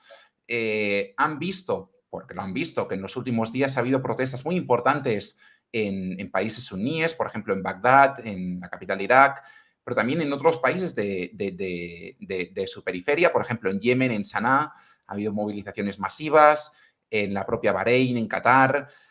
Por tanto, son cuestiones muy sensibles a la hora de abordar y que pues siempre van a intentar hacer un enfoque con un cierto equilibrio, ¿no? También para evitar que todo ello no se les gire en su contra. Ya tuvieron un aviso a navegantes, os acordaréis, con la irrupción de las primaveras árabes. Las monarquías del Golfo por aquel entonces no dudaron, en cerrar filas y aplicar la mano dura y resolver cualquier atisbo de disidencia y de desconformidad con mano dura, pero también son conscientes de que muchos otros países pues cedieron a las presiones populares, empezando por Egipto. Hosni Mubarak fue destituido, lo vimos en Túnez, lo vimos en las propias Siria y Yemen, que se encuentran a día de hoy pues todavía sumidas en sendos conflictos internos y por tanto son muy conscientes de la trascendencia de no titubear a la hora de defender la causa palestina, ¿no? Que al final es un tema que ha venido defendiendo, pues en este caso, todo el linaje familiar de los Saud, y que no es algo que sea ni mucho menos nuevo del príncipe heredero, de Mohammed bin Salman, y por tanto, en ese sentido, yo creo que no habrá ningún tipo de duda en cerrar filas. Y a eso le sumamos lo que comentabas tú antes, que la propia influencia estadounidense en la región ha ido menguando con el paso de los años. China se ha posicionado como el principal socio comercial ya no solo de Arabia Saudí, sino de Emiratos Árabes Unidos y demás, toda vez que se ha erigido como el principal comprador tanto de petróleo como de gas de lo que es el Golfo Pérsico.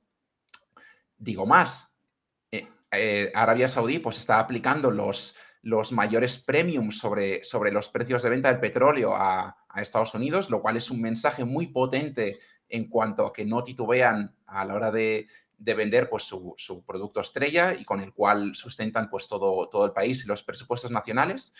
Y en ese sentido, pues sí que vemos un claro giro ideológico que se aleja cada vez más de Washington y que, cuidado, quizá eso no significa que se acerque a Pekín, pero sí que de alguna manera intenta consolidarse como un eje, un ente independiente con sus propias tomas de decisiones, ¿no? Ya sea pues aupado por la Liga Árabe o bien por otros organismos regionales que pueden llevar la voz cantante. Vale, y la última antes de que vayamos con la parte energética, que a mí me intriga bastante. ¿Cuál va a ser el papel de Estados Unidos, digo, a un nivel militar? Es decir, estás moviendo 2 grupos de portaaviones, no uno. ¿Para qué? Bueno, yo suelo pensar, y es algo que el tiempo me dará la razón, que la mejor defensa de cualquier país es la disuasión. Y quizá el ejemplo más fácil de plasmar y de ver esto ha sido pues, el propio conflicto entre Rusia y Ucrania.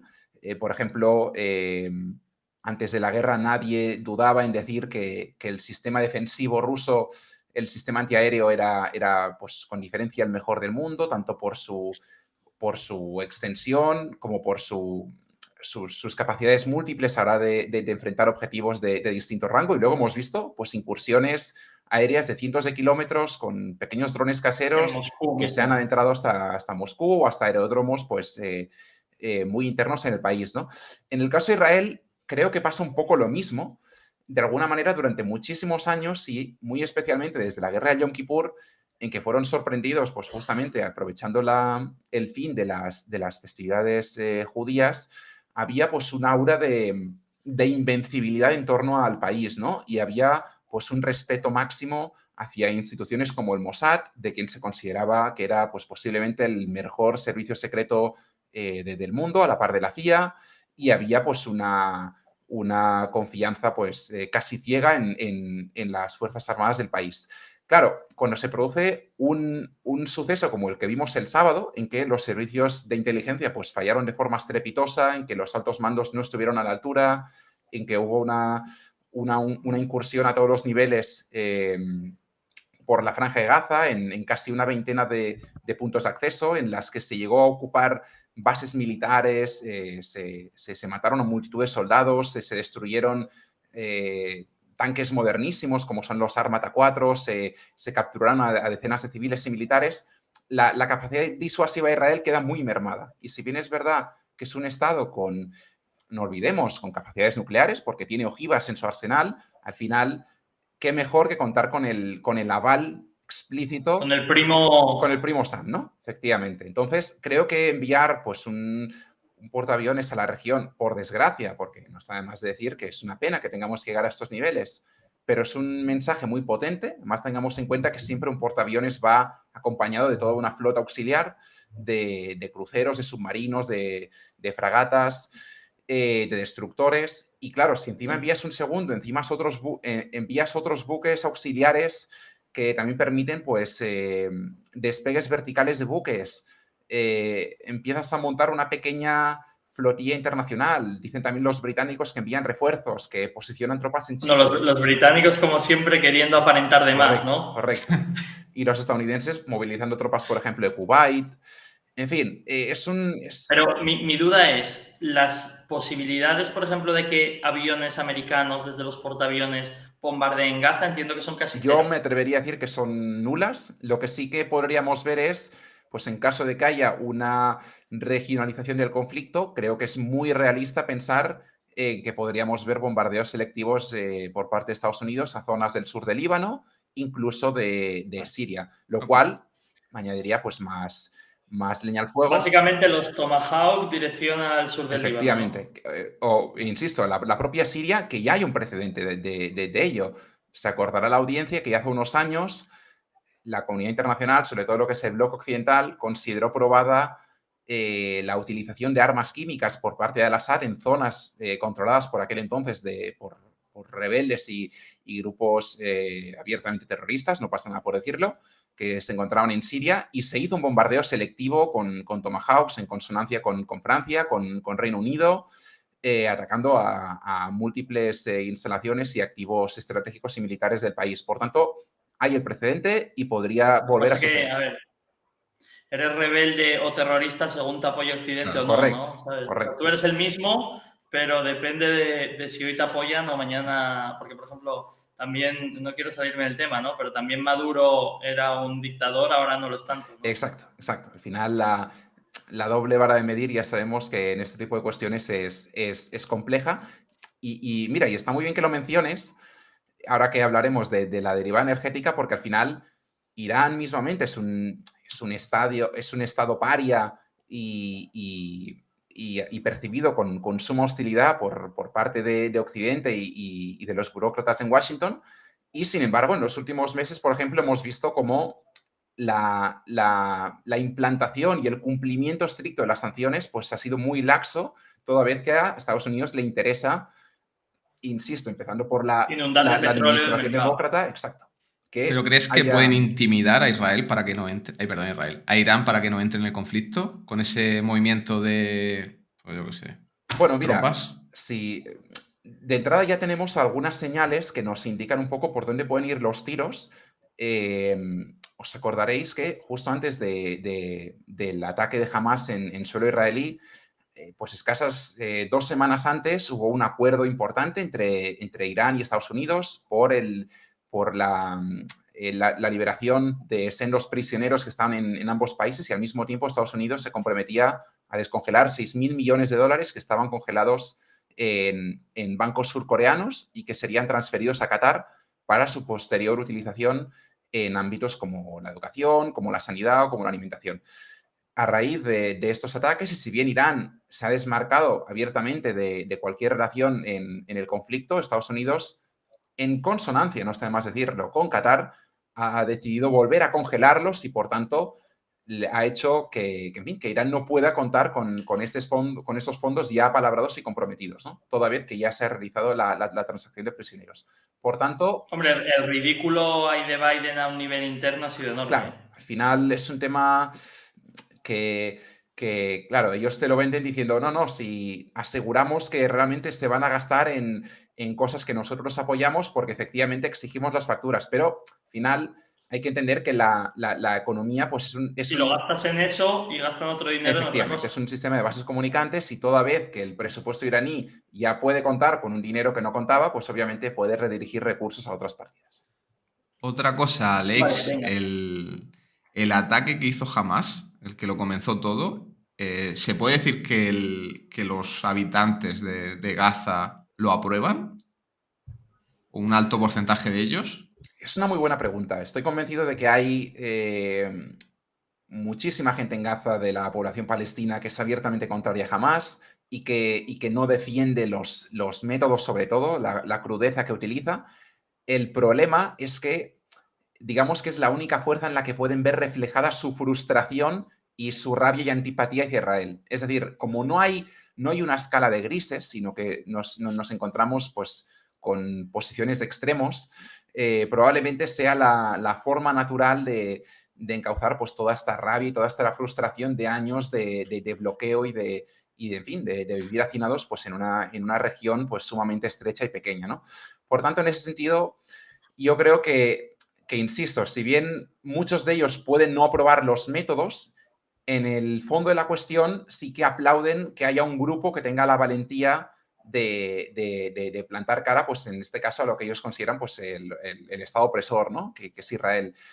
Y bueno, entonces, claro, entramos en un círculo vicioso, volvemos un poco además a lo que comentábamos antes, es una población muy joven, muy influenciable, que lleva pues toda su vida, pues, es que una parte muy importante de la población palestina pues ha vivido en casi su totalidad la segunda intifada, ha vivido la incursión de 2014, ha vivido en los últimos 3 años la creciente escalada de tensión tanto en Gaza como en Cisjordania.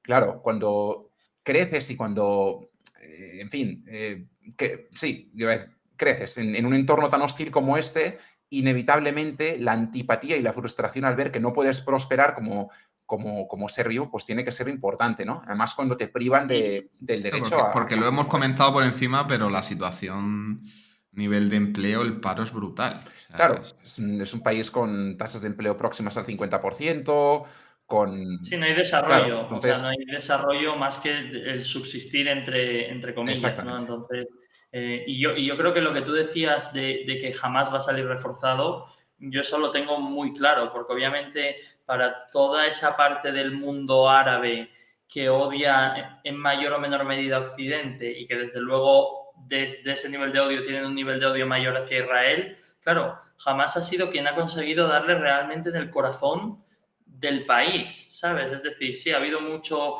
una persona acuchillada a un militar, o puede haber un coche bomba, puede haber lo que sea. Esto ha sido realmente, al menos durante unas horas, poner en jaque a Israel, ¿no? En ese sentido es otro nivel. O sea, ya pensar en entrar en bases y pillarles de sorpresa en una base militar, o sea, son cosas que yo creo que no habíamos visto, yo no recuerdo nunca, No, realmente. Entonces, definitivamente no hay precedentes y no pasa nada por decir en fin, que les pillaron con los pantalones bajados, que no esperaban una eventual reacción de este tipo, un ataque tan bien planificado y coordinado en múltiples frentes.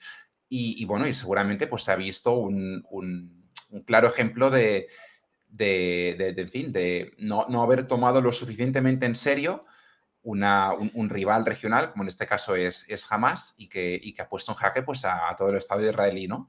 Pero Y una pregunta muy importante, Alex, que yo creo que mucha gente se ha hecho y ha habido mucho debate sobre esto.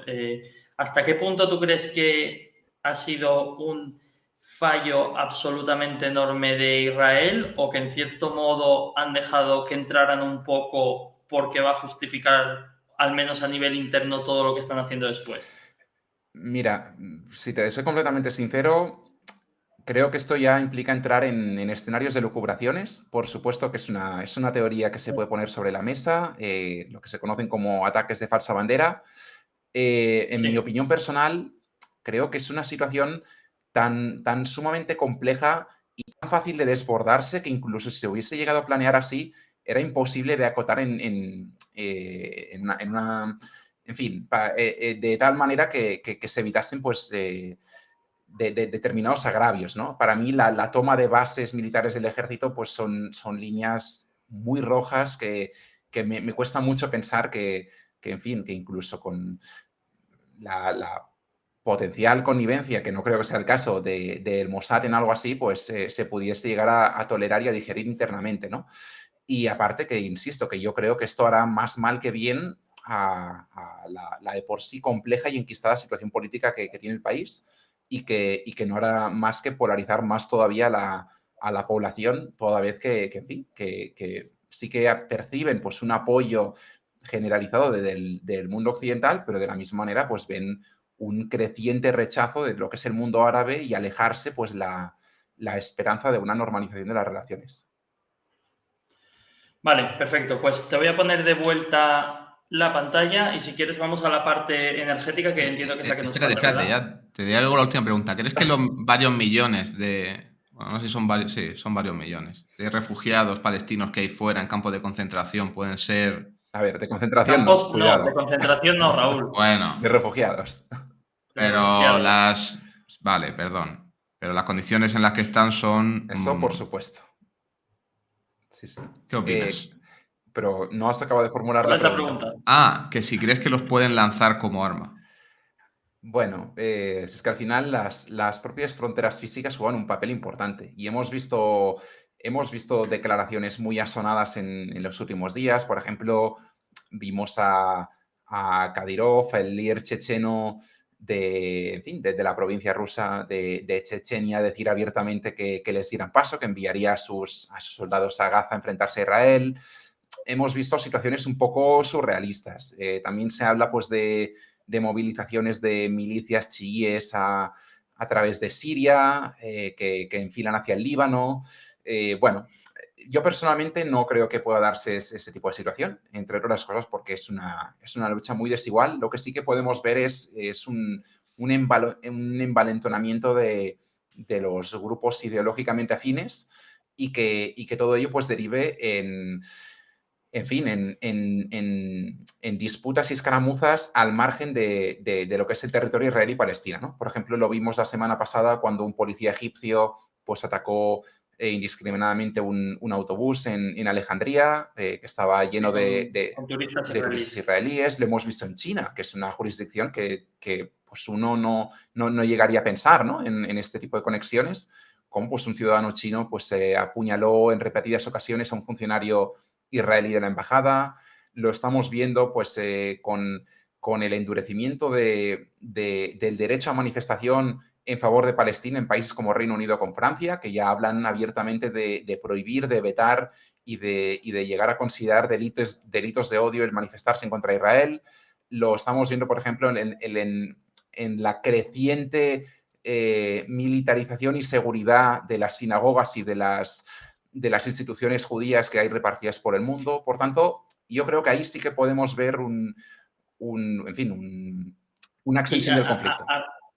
a raíz de esto, una de las cosas que a mí más me preocupa personalmente es que si hay una escalada, ¿vale? Digamos que no se queda...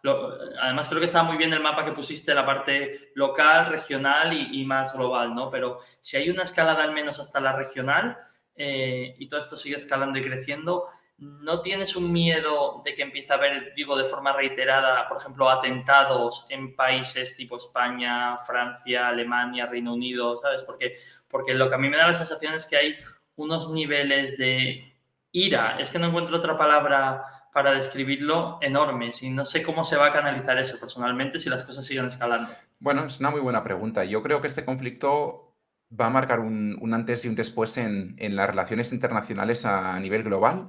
Creo que hará mucho más patente la desconexión entre lo que es Occidente y el sur global y dará más si cabe, pues argumentos y motivos en fin, a foros y grupúsculos alternativos, desde los BRICS Plus hasta el Foro Económico de Shanghái, para de alguna manera potenciar y aglutinar alianzas alternativas, ¿no? Que intenten capitalizar el descontento de buena parte en este caso, de las naciones árabes y del mundo islámico en general, en detrimento de lo que es Europa, por ejemplo, Estados Unidos y el eje occidental.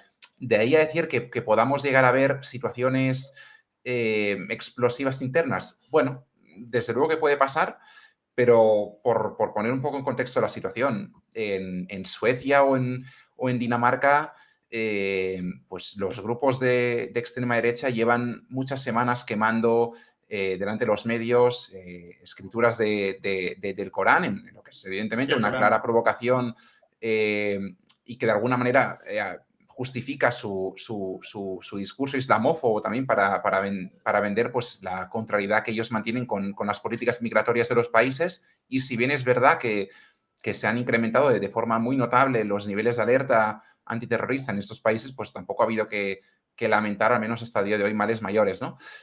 Claro, en países como España, quizá Francia, que es el caso más fácil de analizar, pues sí, tienes una población se estima de más de 5 millones de árabes, muchos argelinos, muchos además instalados en las famosas banlieues, en las zonas periféricas, zonas muy marginales. No sería sorprendente, por tanto, que encontrasen una inspiración en este tipo de ataques, como el perpetrado por Hamas, pero también es verdad que los países pues, también han endurecido mucho el tono antiterrorista y, en fin, son cuestiones que son latentes, pero que son muy difíciles de prevenir. Mismamente en Francia... La gasolina está ahí. Claro, el tema es claro. si aparece una mecha y se Exacto. descontrola todo. En Francia mismamente hubo también hace 3-4 días un nuevo apuñalamiento de un profesor. Bueno, pues fue un exalumno checheno que no le gustaron una serie de comentarios en cuestiones del Islam. Quiero decir que este tipo de temas son latentes, están ahí y difícilmente se pueden controlar, vaya. Indistintamente de que en estos momentos tengamos un conflicto de alta intensidad en Oriente Medio. Perfecto. Bien, pues dicho esto, vamos al último tema de la charla de hoy, que era la cuestión energética. Ya sabéis que pues, en Momentum en particular, y a mí también en especial, pues es un tema que me gusta seguir muy de cerca. Todo el tema de las derivadas energéticas que pueden plantearnos un conflicto de esta magnitud, ¿no? Para empezar, que esa es una diapositiva que, si bien no es la misma, ya la utilizamos meses atrás cuando estuvimos analizando las derivadas del conflicto entre Rusia y Ucrania. Por lo general, las anomalías geopolíticas que se dan lugar pues, en un determinado territorio tienen un impacto bastante limitado en los mercados. Es decir, el mercado tiende a anticiparse asumiendo pues, escenarios maximalistas que pueden pasar y cuando estos suceden, como buena parte de los agravios ya están descontados, la reacción de los mercados suele ser positiva. Aquí mencionar un par de cosas. Primero, las bolsas israelíes sobre todo fueron las que se llevaron la peor parte. Tengamos en cuenta que la semana en Israel termina el sábado, que justamente por eso se da el Shabbat, entre la tarde del viernes y el mediodía del sábado. Entonces, el domingo es el primer día laborable y, por tanto, es día en que hay bolsa. Las bolsas en Israel el domingo de la semana pasada cayeron con muchísima fuerza. Los principales índices se desplomaron entre un 7 y un 8%, caídas generalizadas indistintamente del sector. ¿Qué descuenta el mercado? A tener aquí en cuenta.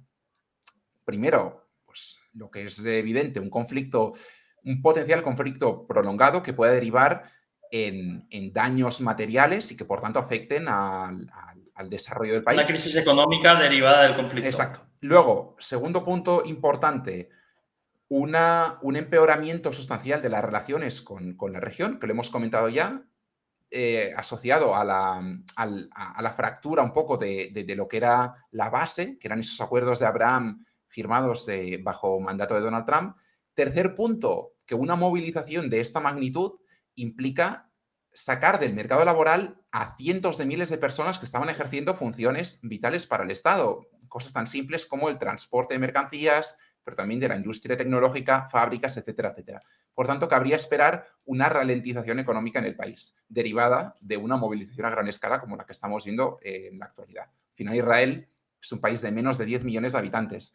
Si movilizas a más de medio millón de tropas, el agravio se tiene que notar por mucho que estés fletando aviones para traer a soldados en la reserva de otros países del mundo, ¿no? Bien, por tanto, eso a tener en cuenta.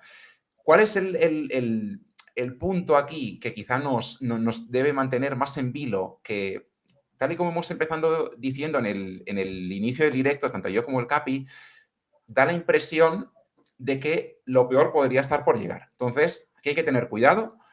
Hay que entender que las derivadas de una eventual invasión terrestre son muy difíciles de acotar. No está claro si, como hemos dicho, se va a mantener el conflicto limitado en las fronteras de lo que es las zonas de Israel y Palestina, si por contra va a escalar a otras regiones, como Líbano, como Siria, etcétera, etcétera. Y eventualmente Irán. Claro, todo esto, sobre todo en el tema energético, como decíamos ahora, pues puede tener ramificaciones muy importantes, ¿no? Aquí tenéis una tabla que me parece muy interesante de exponer, que la publicó hace unos días el equipo de Bloomberg Economics, y fijaros que ellos exponen también los 3 potenciales escenarios que hemos mencionado aquí, ¿no? Cuando hablamos de una guerra confinada en estas fronteras físicas, el impacto en el petróleo difícilmente iría más. Hablo del petróleo porque ya sabéis que es la materia prima, la commodity por excelencia, y que al final es la que condiciona un Sí. poco el devenir del futuro en los mercados, ¿no? Y sobre todo más cuando el conflicto es en Oriente Medio, Exacto, precisamente. exacto, que al final es la gran zona extractiva y productiva del mundo. Y luego, pues Sí. el impacto en el PIB a escala global, pues es prácticamente anémico, no tiene más trascendencia. Así que, obviamente, esto puede tener un enorme coste en vidas y material en ambas zonas, pero si la cosa se mantiene como está ahora, podríamos darnos de bruces y decir en fin, que pese a la tragedia que supone, pues todos los miles de muertos que estamos viendo, no habría que lamentar males mayores. ¿Qué pasa si esto empieza a escalar como vemos que podría acabar pasando, ¿no? Por ejemplo, en un escenario de guerra híbrida, en la que ya implicásemos pues, al Líbano, a Siria, a grupúsculos afines a Irán, a milicias chiíes, pues aquí ya digamos que el impacto energético pues, sería sustancialmente mayor, no sería ni mucho menos descabellado ver al barril por encima de la cota de los $100, y el impacto a su vez en el PIB mundial pues también empezaría a escocer. Al final tengamos en cuenta que el petróleo es el principal motor de crecimiento del planeta, tanto en países desarrollados como en vías de desarrollo, y tiene un impacto muy importante tanto en la inflación como en las balanzas comerciales de los estados. Por tanto, un encarecimiento del precio del barril, pues evidentemente implica un mayor coste en los productos a importar, que eventualmente repercute en los presupuestos estatales, ¿no? Por tanto, ahí la derivada. Y en última instancia, si tuviésemos un conflicto de alta intensidad con Irán de por medio, claro, aquí ya entramos en una dimensión completamente diferente. Se podrían llegar a ver escenarios dantescos, con un barril, por ejemplo, por encima de los $150. Tengamos en cuenta que Irán, aparte de ser uno de los mayores productores del mundo de petróleo, ahora mismo está produciendo algo más de 3 millones de barriles. Es a su vez uno de los principales exportadores de entre la OPEP. En estos momentos está colocando cerca de 1,6 millones de barriles diarios al mercado, la práctica mayoría de los cuales se dirigen a refinerías de China. Y obviamente dañar o dejar inhabilitada, aunque fuese de forma temporal, toda esta infraestructura productiva y exportadora, pues podría tener un agravio inmenso. Pero quizá más importante es la propia orografía de Irán. Al final, tengamos en cuenta que es un país que controla el estrecho de Hormuz, que es una de las principales arterias para el trasiego de hidrocarburos del planeta. Se calcula que 1 de cada 6 barriles que diariamente se transportan a lo largo y ancho del planeta circulan por esa pequeñísima franja que separa lo que es Irán con la península arábiga, con Arabia Saudí, y lo tendrían muy sencillo si quisiesen abortar por completo el trasiego en la zona, ya fuese minando las aguas, ya fuese sencillamente con una disuasión efectiva, dado que Irán pues, ya es una potencia armamentística muy importante, y obviamente tendría enormes implicaciones en otros los países productores como Kuwait, como la propia Arabia Saudí, como Emiratos Árabes Unidos, etcétera, etcétera. Por tanto... Lo que pasa es que eso haría enemistarse, ¿no? Sí, En claro, cierto claro, pero al modo. final es plantear un pulso. Es decir, ¿quién está dispuesto a aguantar mayor presión internacional, ¿no? En ese sentido. Y aquí volvemos un poco al... No, pero me refiero, si Irán se pone a cerrar Hormuz, le va a crear un conflicto con Arabia Saudí, por Bueno, ejemplo. pues es que es lo que te digo. Depende mucho del orden de los factores. Aquí vamos a... Y no se podría cerrar de forma virtual Hormuz, que es básicamente tú quitas 1 millón de barriles y yo quito 2, y a ver qué hace el mundo sin 3 millones. Bueno, creo que el nivel de sinergia en este caso entre Irán y el resto de países suníes no es tal, y todavía parten de... Irán está en la OPEC. Sí, sí, sí. En ese sentido van todos a una. Vale. Lo que pasa es que, Vale. si bien es verdad que, por ejemplo, en los últimos 3-4 meses hemos visto como sobre todo Arabia Saudí, pero también Rusia, recortaban de forma voluntaria la producción y por extensión producción. las exportaciones con tal de influir en el precio del crudo y de posicionarlo a unos niveles que ellos consideran pues, mucho más óptimos para sus respectivos presupuestos nacionales. Claro, disparar el crudo a cotas como por ejemplo los 110, 120, ya no hablemos de $150 el barril, implicaría inevitablemente una destrucción de la demanda a escala planetaria. Sobre todo Ya teniendo en ves. cuenta que los principales Ahí, consumidores claro, son países a Arabia emergentes. Saudí Voy no le a interesa. poner el mapa por si alguien no sabe dónde está el estrecho de Hormuz, este de aquí. Ponle zoom ahí. Claro, efectivamente. Claro, y veis, bueno, no tanto, pero bien. Veis que Irán es lo de arriba, al lado tienes Emiratos Árabes y Qatar, Bahrein y luego por el otro lado pues Arabia Saudí, Exacto. ¿no? Entonces, claro, son todo países pues que son grandes productores, ojo, no solo de petróleo, también de gas natural, ¿no? Entonces, sí, es un punto o es el punto más vital que puede haber en el mundo de cara al trasiego de petróleo, ¿no? Sí, bueno, Entonces, de petróleo, pero claro, también de gas natural. Quiero decir, Sí. ahí tienes a Qatar, que es el correcto. segundo mayor proveedor de gas natural licuado del planeta, que te está pues, proveyendo entre un 15 y un 18% de la demanda mundial. Obviamente es algo que hemos seguido muy de cerca, pues especialmente nosotros, con todas las derivadas de la guerra de Ucrania. Y si encima quitas de la ecuación pues a un país como Qatar, pues ya tienes una situación dantesca, ¿no? A nivel energético. Por tanto, es algo bueno, que puede parecer impensable, pero insisto, que es un escenario que puede darse, pero volviendo al punto de antes, influye muchísimo el orden de los factores. Es decir, si fuese Irán la primera en actuar, su crédito político y regional se vería muy mermado. Por contra, si fuese Israel la que actuase de forma proactiva, en parte por eso también vemos esta tensa calma entre las partes, pues muy posiblemente pondría del lado de Irán si no todos, a gran parte de los firmantes de los acuerdos de Abraham y del mundo islámico en general, ¿no? Indistintamente de los bloques suníes y chiíes. Claro. Vale.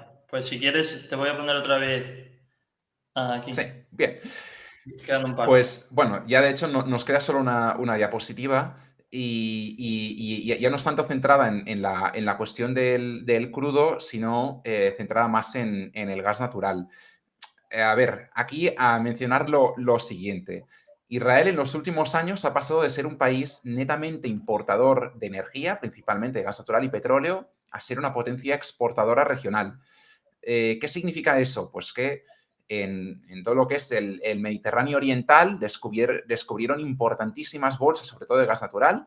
Hay un yacimiento en particular, que es el yacimiento de Leviatán, donde encontraron pues, cantidades ingentes de hidrocarburos, y en los últimos años pues el país se ha estado abriendo en consonancia con los grandes operadores occidentales para explotar y en fin, para crear todo un ecosistema de reexportación, ¿no?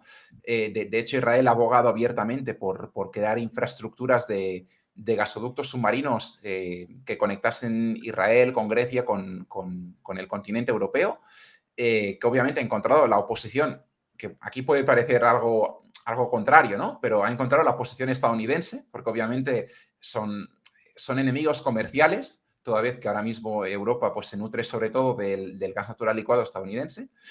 Pero en cualquier caso, Israel tiene una infraestructura muy importante que ha ido desarrollando en los últimos años en la zona. Entonces, a raíz de la incursión terrestre el pasado sábado, una de las primeras decisiones que tomó el ejecutivo de Netanyahu fue el cierre total de la plataforma de Tamar. Es una de las dos plataformas que tiene Israel para el procesamiento y la reexportación del gas natural licuado que extrae del subsuelo marítimo.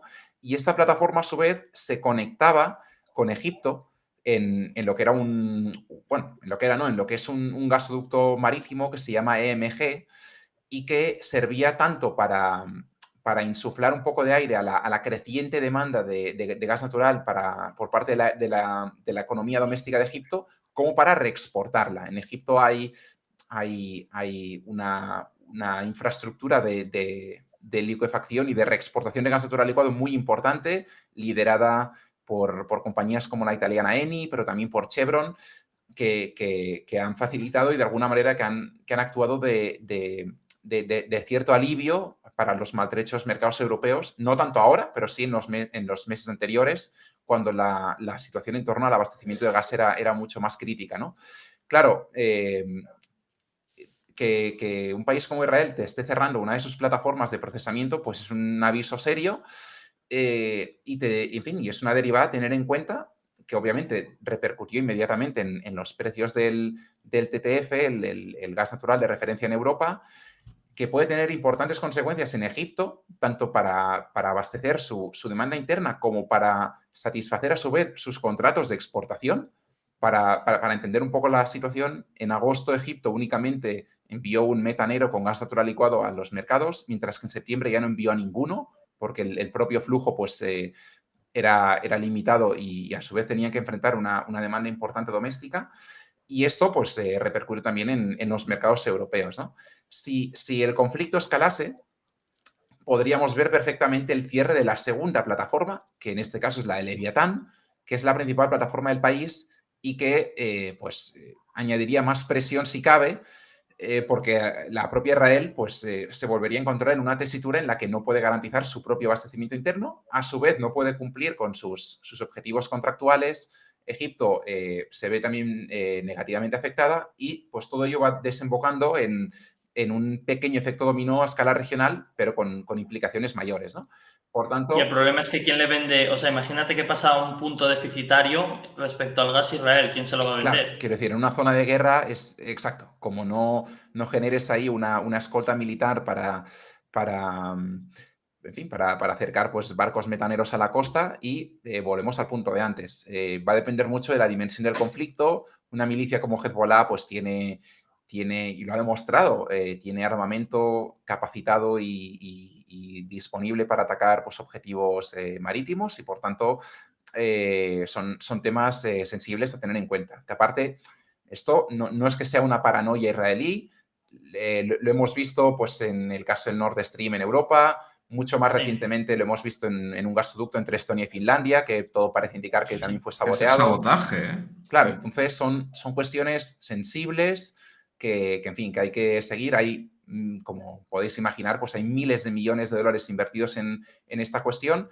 Y luego lo que decía antes en el tema del gas. Hay una OPA en curso por parte de ADNOC sobre uno de los principales productores de gas natural en Israel y es una derivada importante. Si al final esta operación se acaba torciendo, que hasta ahora había pues ciertas fricciones porque la parte vendedora consideraba que el precio no era razonable, no se adecuaba al potencial del activo. Pero claro, si aquí le añadimos una derivada geopolítica, pues hay un riesgo pues real de que la operación se tuerce y en fin, que todo ello pueda acabar derivando en el colapso de lo que fuesen los acuerdos de Abraham con mayores implicaciones. Vale, pues Alex, básicamente el mensaje podría ser que por el lado energético a nivel global, estamos hablando ahora, por el lado energético a nivel global, ahora mismo no estamos mal, pero las posibilidades de escalar así son enormes Sí, también. es decir, no es ni mucho menos comparable este conflicto con el de Rusia y Ucrania. Al final, Rusia es el mayor exportador energético del planeta, pero eso no quita que tenga una importancia sustancial.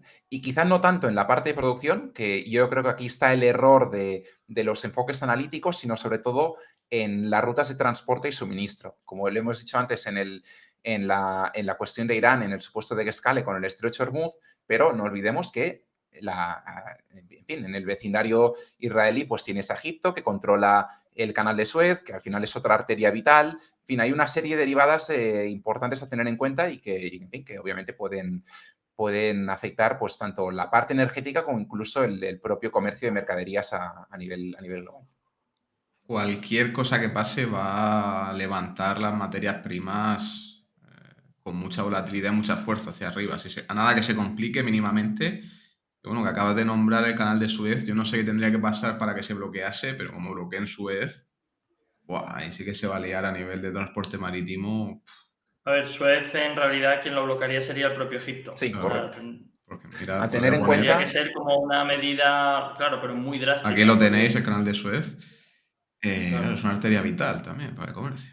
No, Sí, porque todo hay esto mucho que son, sale hacia arriba. todo esto son temas muy sensibles. Sí que es verdad que, digamos que desde un punto de política interna, pues tanto Egipto como Jordania son países que están, que no se me malinterprete por lo que voy a decir ahora, que puede ser muy malsonante, pero están más domesticados desde un punto de vista de política exterior estadounidense. Es decir, Mucho más. hay una influencia muy importante tanto en Amán como en el Cairo. Son dos países además receptores de fondos directos de Estados Unidos, sobre todo Egipto, durante todo el mandato del ya ex dictador Hosni Mubarak. Egipto recibía ingentes cantidades todos los años de dinero por parte de Estados Unidos, que a su vez se reinvertían en defensa y en seguridad.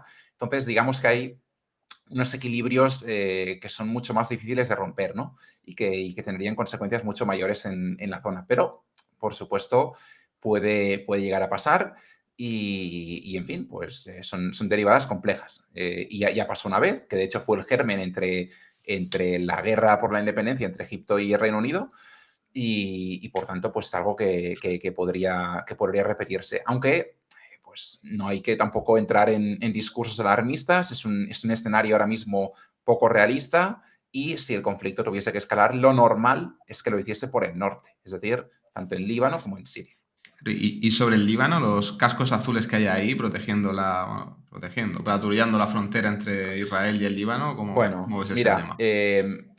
si estas mismas fuerzas, estos cascos azules, estas fuerzas supuestamente disuasivas, eh, fueron incapaces de evitar que una milicia infinitamente menos preparada y capacitada como era el M23 actuase con impunidad en la República Democrática del Congo, y lo vivimos en Momentum por el tema Sí. de Alfamín, me cuesta a mí pensar que vayan a tener algún tipo de impacto en un polvorín como es la... Tú piénsalo de otra forma, Raúl. Esos cascos azules tienen bases, ¿vale?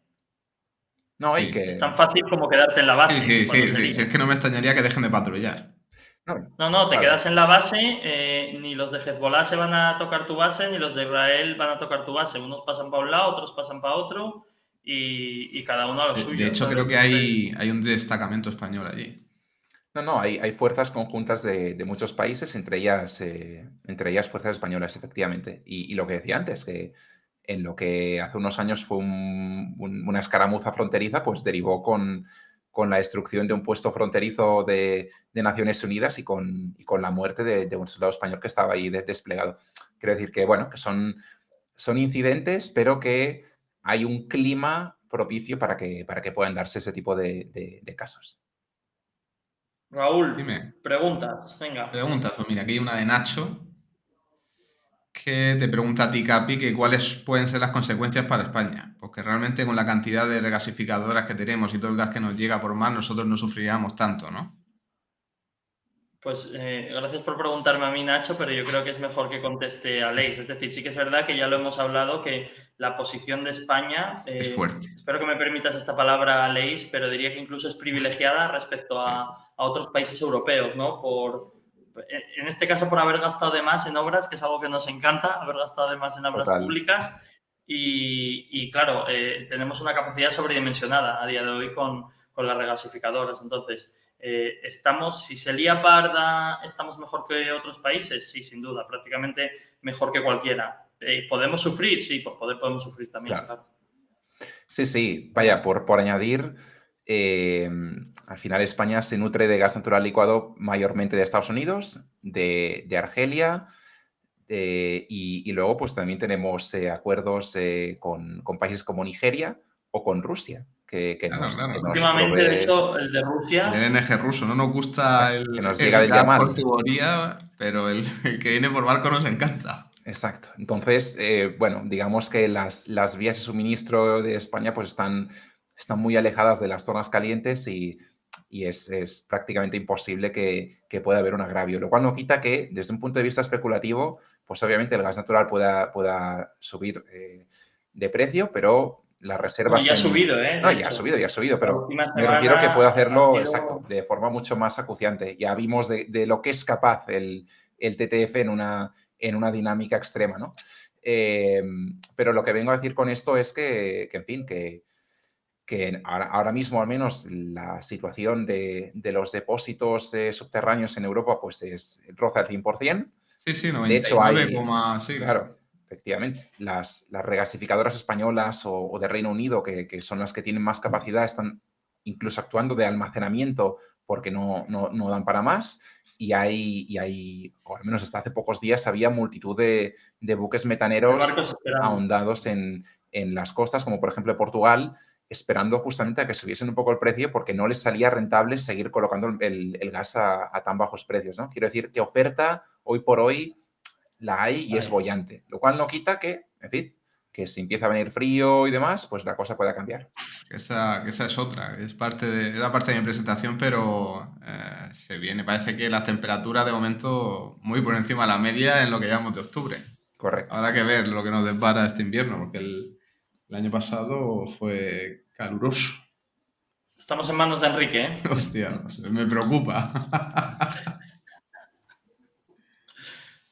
¿Alguna A más? ver, buah, si preguntas es un montón. De hecho, aprovecho para deciros que si tenéis algún tipo de pregunta es el momento.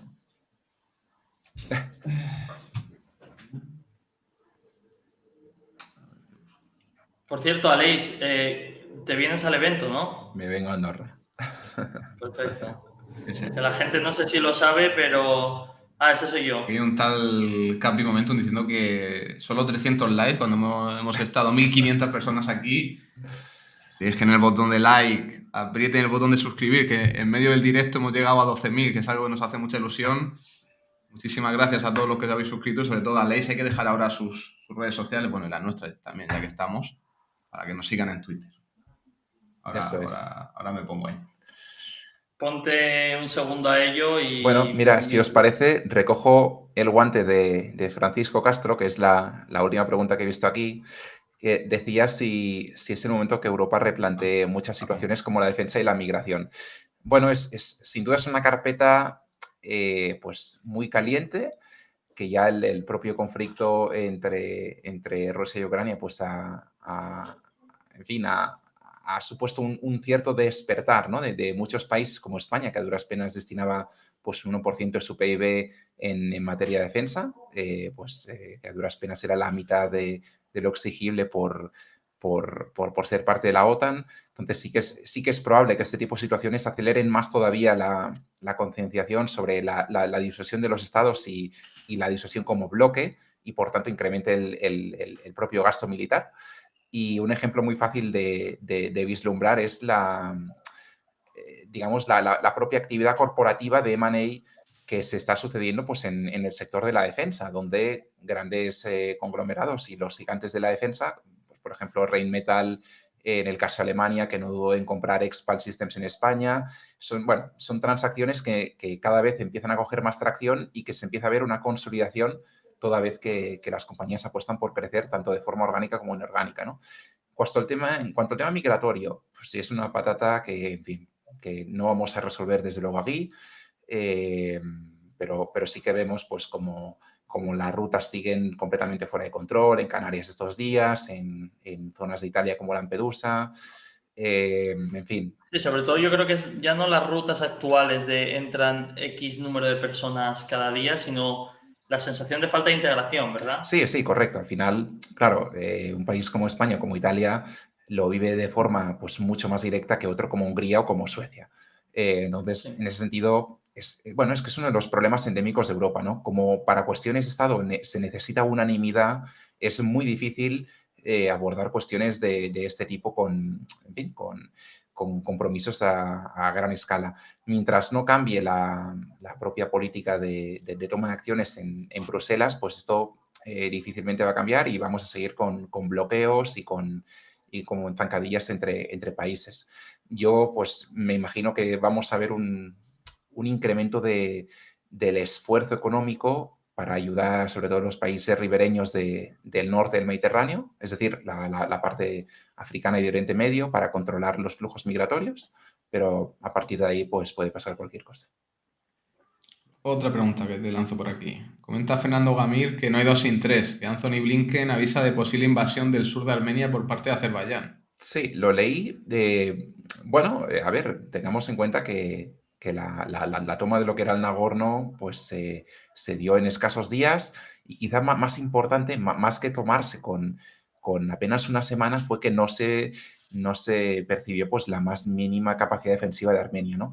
Claro, esto es un precedente peligroso, tienes pues, a un rival como es Azerbaiyán, con quien mantienes una animadversión y un odio acérrimo desde hace décadas, que a su vez está avalado por Turquía, principal instigador de la limpieza étnica de casi 1 millón de armenios hace un siglo. Bueno, es un tema complejo que puede pasar. También es verdad, no está de más decir, que atacar el territorio armenio como tal ya supondría, en fin, un tema mucho más serio. Y ahí no me sorprendería pues, ver una política mucho más activa de Rusia, que hasta ahora pues, ha sido un actor irrelevante, incluso la propia Irán, que es completamente contraria a perder pues, su único corredor terrestre con Rusia a través de Armenia.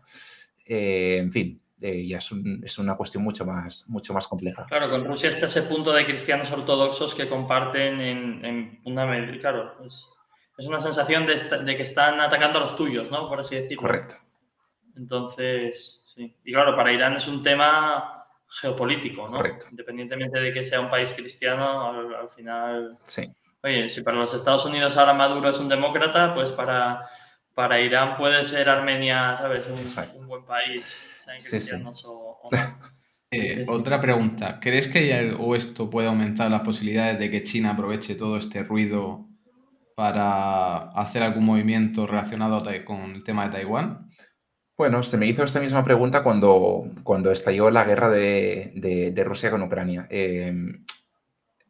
Yo creo que es normal que la gente tienda a buscar pues, pensamientos paralelos y posibles ramificaciones, aunque puedan ser del todo inconexas, como este caso, ¿no? Aprovechando pues, supuestas posiciones de debilidad y demás en el tablero estratégico. Y la historia nos suele indicar que las cosas se resuelven de forma mucho más sencilla. En el caso de China y Taiwán, vaya por delante que yo no creo que vaya a pasar nada estos días y semanas.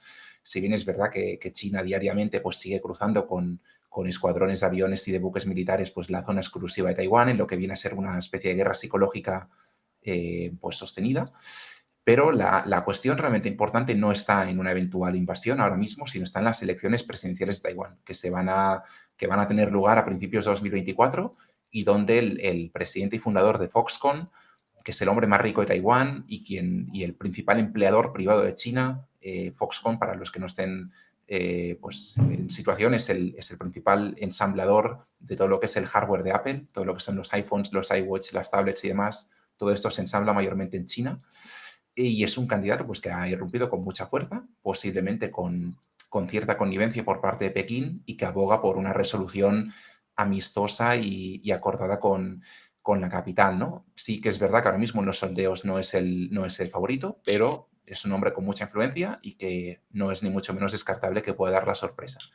Por tanto, ahí creo que hay que estar mucho más atentos que no a una posible invasión militar. Y luego las cosas con las encuestas cambian mucho. Me recuerdo las elecciones que ganó Bolsonaro, las primeras. Si te dicen un mes antes o mes y medio que iba a ganar Bolsonaro, nadie se lo cree. Correcto. Entonces... Y que eso fue ajustadísimo, ¿no? ¿Dices la victoria o la derrota? Porque ambas fueron, yo creo. Sí, ambas fueron. Sí. Vale. ¿Hay algo más por ahí, Raúl? Sí, bueno, esta de Francisco Castro pues se parece mucho a la anterior, que si el tema de las protestas anti-israelíes se hagan principales en plazas europeas. Claro, Sí, esto es lo que yo comenté. Claro, esto no tiene solución. O sea, es una opción que las cosas escalen y las cosas pueden escalar entre los propios países y obviamente dentro de los distintos países. Correcto. Entonces, sí, desde luego es algo que se puede Entonces, por hacer un poco de resumen, hay que ver, ¿no?, cuándo se agota el crédito de Israel de ir con todo, ¿no, Aleix? Sí, si os parece ya como para terminar, yo lo pondría con la siguiente metáfora. La situación israelí ahora mismo podría ser equiparable a la de un reloj de arena. ¿Qué quiero decir con esto? Como fueron atacados de forma pues, sumamente cruel el pasado sábado en imágenes pues, de lo más escabrosas que dieron la vuelta al mundo, automáticamente pues, recibieron ya no tanto el apoyo, sino sobre todo el crédito político de una parte importante, de una parte muy influyente de la comunidad internacional, empezando por Estados Unidos, pero también Europa en bloque, que solía ser un actor mucho más equidistante en la cuestión entre Israel y Palestina, de los países afines de Asia, etc. Claro, cuanto más días pasen, cuanto más dureza aplique en su represalia contra la Franja de Gaza y eventualmente contra Cisjordania y otras zonas donde pueda extenderse el conflicto, este crédito seguramente se va a ir disipando y los propios gobiernos occidentales van a estar cada vez más presionados por el clamor popular, como ya empezamos a ver en ciudades europeas con manifestaciones sobre todo favorables a la causa palestina, como por ejemplo en París, pese a que se había prohibido y estaba ya reconocida como una manifestación claramente ilegal y contraria a la ley. Y esto, pues, insisto, esto pues seguramente va a ir pesando en los propios gobiernos, ¿no?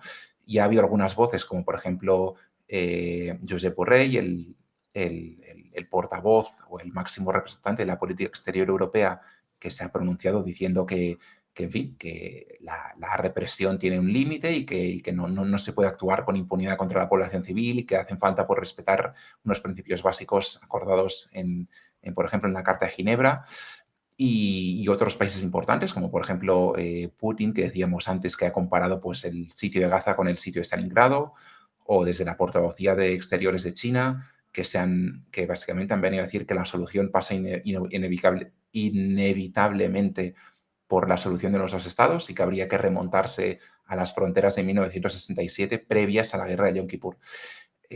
Claro, todo esto pues también ya da pie a una presión que yo creo que irá más y que, insisto, que es un tema que a medida que se ensañen contra la población civil, sobre todo, porque al final jamás es que está mayormente bajo tierra, pues esto va a ir increciendo. Por tanto, bueno, vamos a ver quién aguanta más la presión y si son capaces de llevar a cabo una incursión rápida, que obviamente a ojos de Israel sería el escenario deseable, pero que no parece el caso. Parece poco probable, la verdad. Parece poco probable. Y es que quizás estamos solo al inicio de algo mucho más grande. Ese es el miedo, ¿no? Correcto. Al menos el que yo No, tengo. es totalmente plausible. Sí. Comenta, claro, eso me parece un escenario muy extremo, que si es posible que, igual que Occidente, pues hizo sanciones hacia Rusia, si es posible que hagan hacia Israel. Yo lo veo muy improbable. No, eso... Primero date cuenta que para llegar al punto de sanciones tienen que pasar muchas cosas antes. Tiene que haber voces discordantes, los medios tendrían que cambiar mucho de la parte más pro-israelí a una parte más anti-israelí. Claro, en España es distinto porque estamos más contaminados porque nunca fue un país que históricamente defendió mucho a Israel, ¿no? Comparado con otros países de Europa, me refiero. No tiene nada que ver el apoyo a Israel que pueda haber en Reino Unido, por ejemplo, con el que ha habido tradicionalmente en España, ¿no? Entonces me refiero... Para llegar al paso de sanciones hay 15 pasos antes que no se ha dado ninguno. Correcto. Y yo lo sintetizaría de la siguiente manera. Hay más de 200 resoluciones de Naciones Unidas contra Israel y no han aceptado ni acatado ninguna. Por tanto, partiendo de esta premisa, pues bueno, la aplicación de determinadas sanciones tampoco no creo que cambien las podemos acabar con esta ya, de Javier Reyes, que dice si esta puede ser la chispa para una posible tercera guerra mundial. Yo no me voy a mojar con esto, la verdad. Quiero decir, el detonante de la primera fue el asesinato pues del líder de Prusia, ¿no? Pues bueno, quiero decir que son en su momento pues, posibles minucias y que pueden desembocar en cuestiones mucho más grandes. Así de buenas a primeras, pues hombre, no lo parece, entre otras cosas porque hay mecanismos de contención y toda una infraestructura burocrática que justamente se creó después de la Segunda Guerra Mundial para evitar este tipo de situaciones, ¿no? ¿Qué puede pasar? Por supuesto, pero... todo puede pasar. No, también se puede acabar esto mañana por poder, claro. Exacto. Sí. No creo que sea el caso y, en fin, ahí empezando por el Consejo de Seguridad de Naciones Unidas, donde pues inevitablemente ya vas a tener voces discordantes entre Estados Unidos y Rusia y China, etcétera, etcétera. Pues ya lo podemos ir dejando. Sí, yo lo agradezco. Pues hasta aquí. Bueno, ¿tienes lo del evento o no? Lo pongo y ya acabamos. Recordad que hoy es el último día de de precio promocional para el evento, que es el mes que viene, va a ser en Andorra. Estaremos todos nosotros, Aleix se viene también, y será desde el que venga en presencial desde el 10 de noviembre al 12 de noviembre. Tenéis todo el enlace ahora en el tweet que voy a pasar, porque el cartel es espectacular, el mejor de los 3 eventos que hemos tenido con diferencia. Si le das clic se pone grande, ¿no? Ah, ¿sí? ¿Sí, no? Sí, perfecto. Muchas gracias, experto en Twitter. Bueno, dale, termina tú con...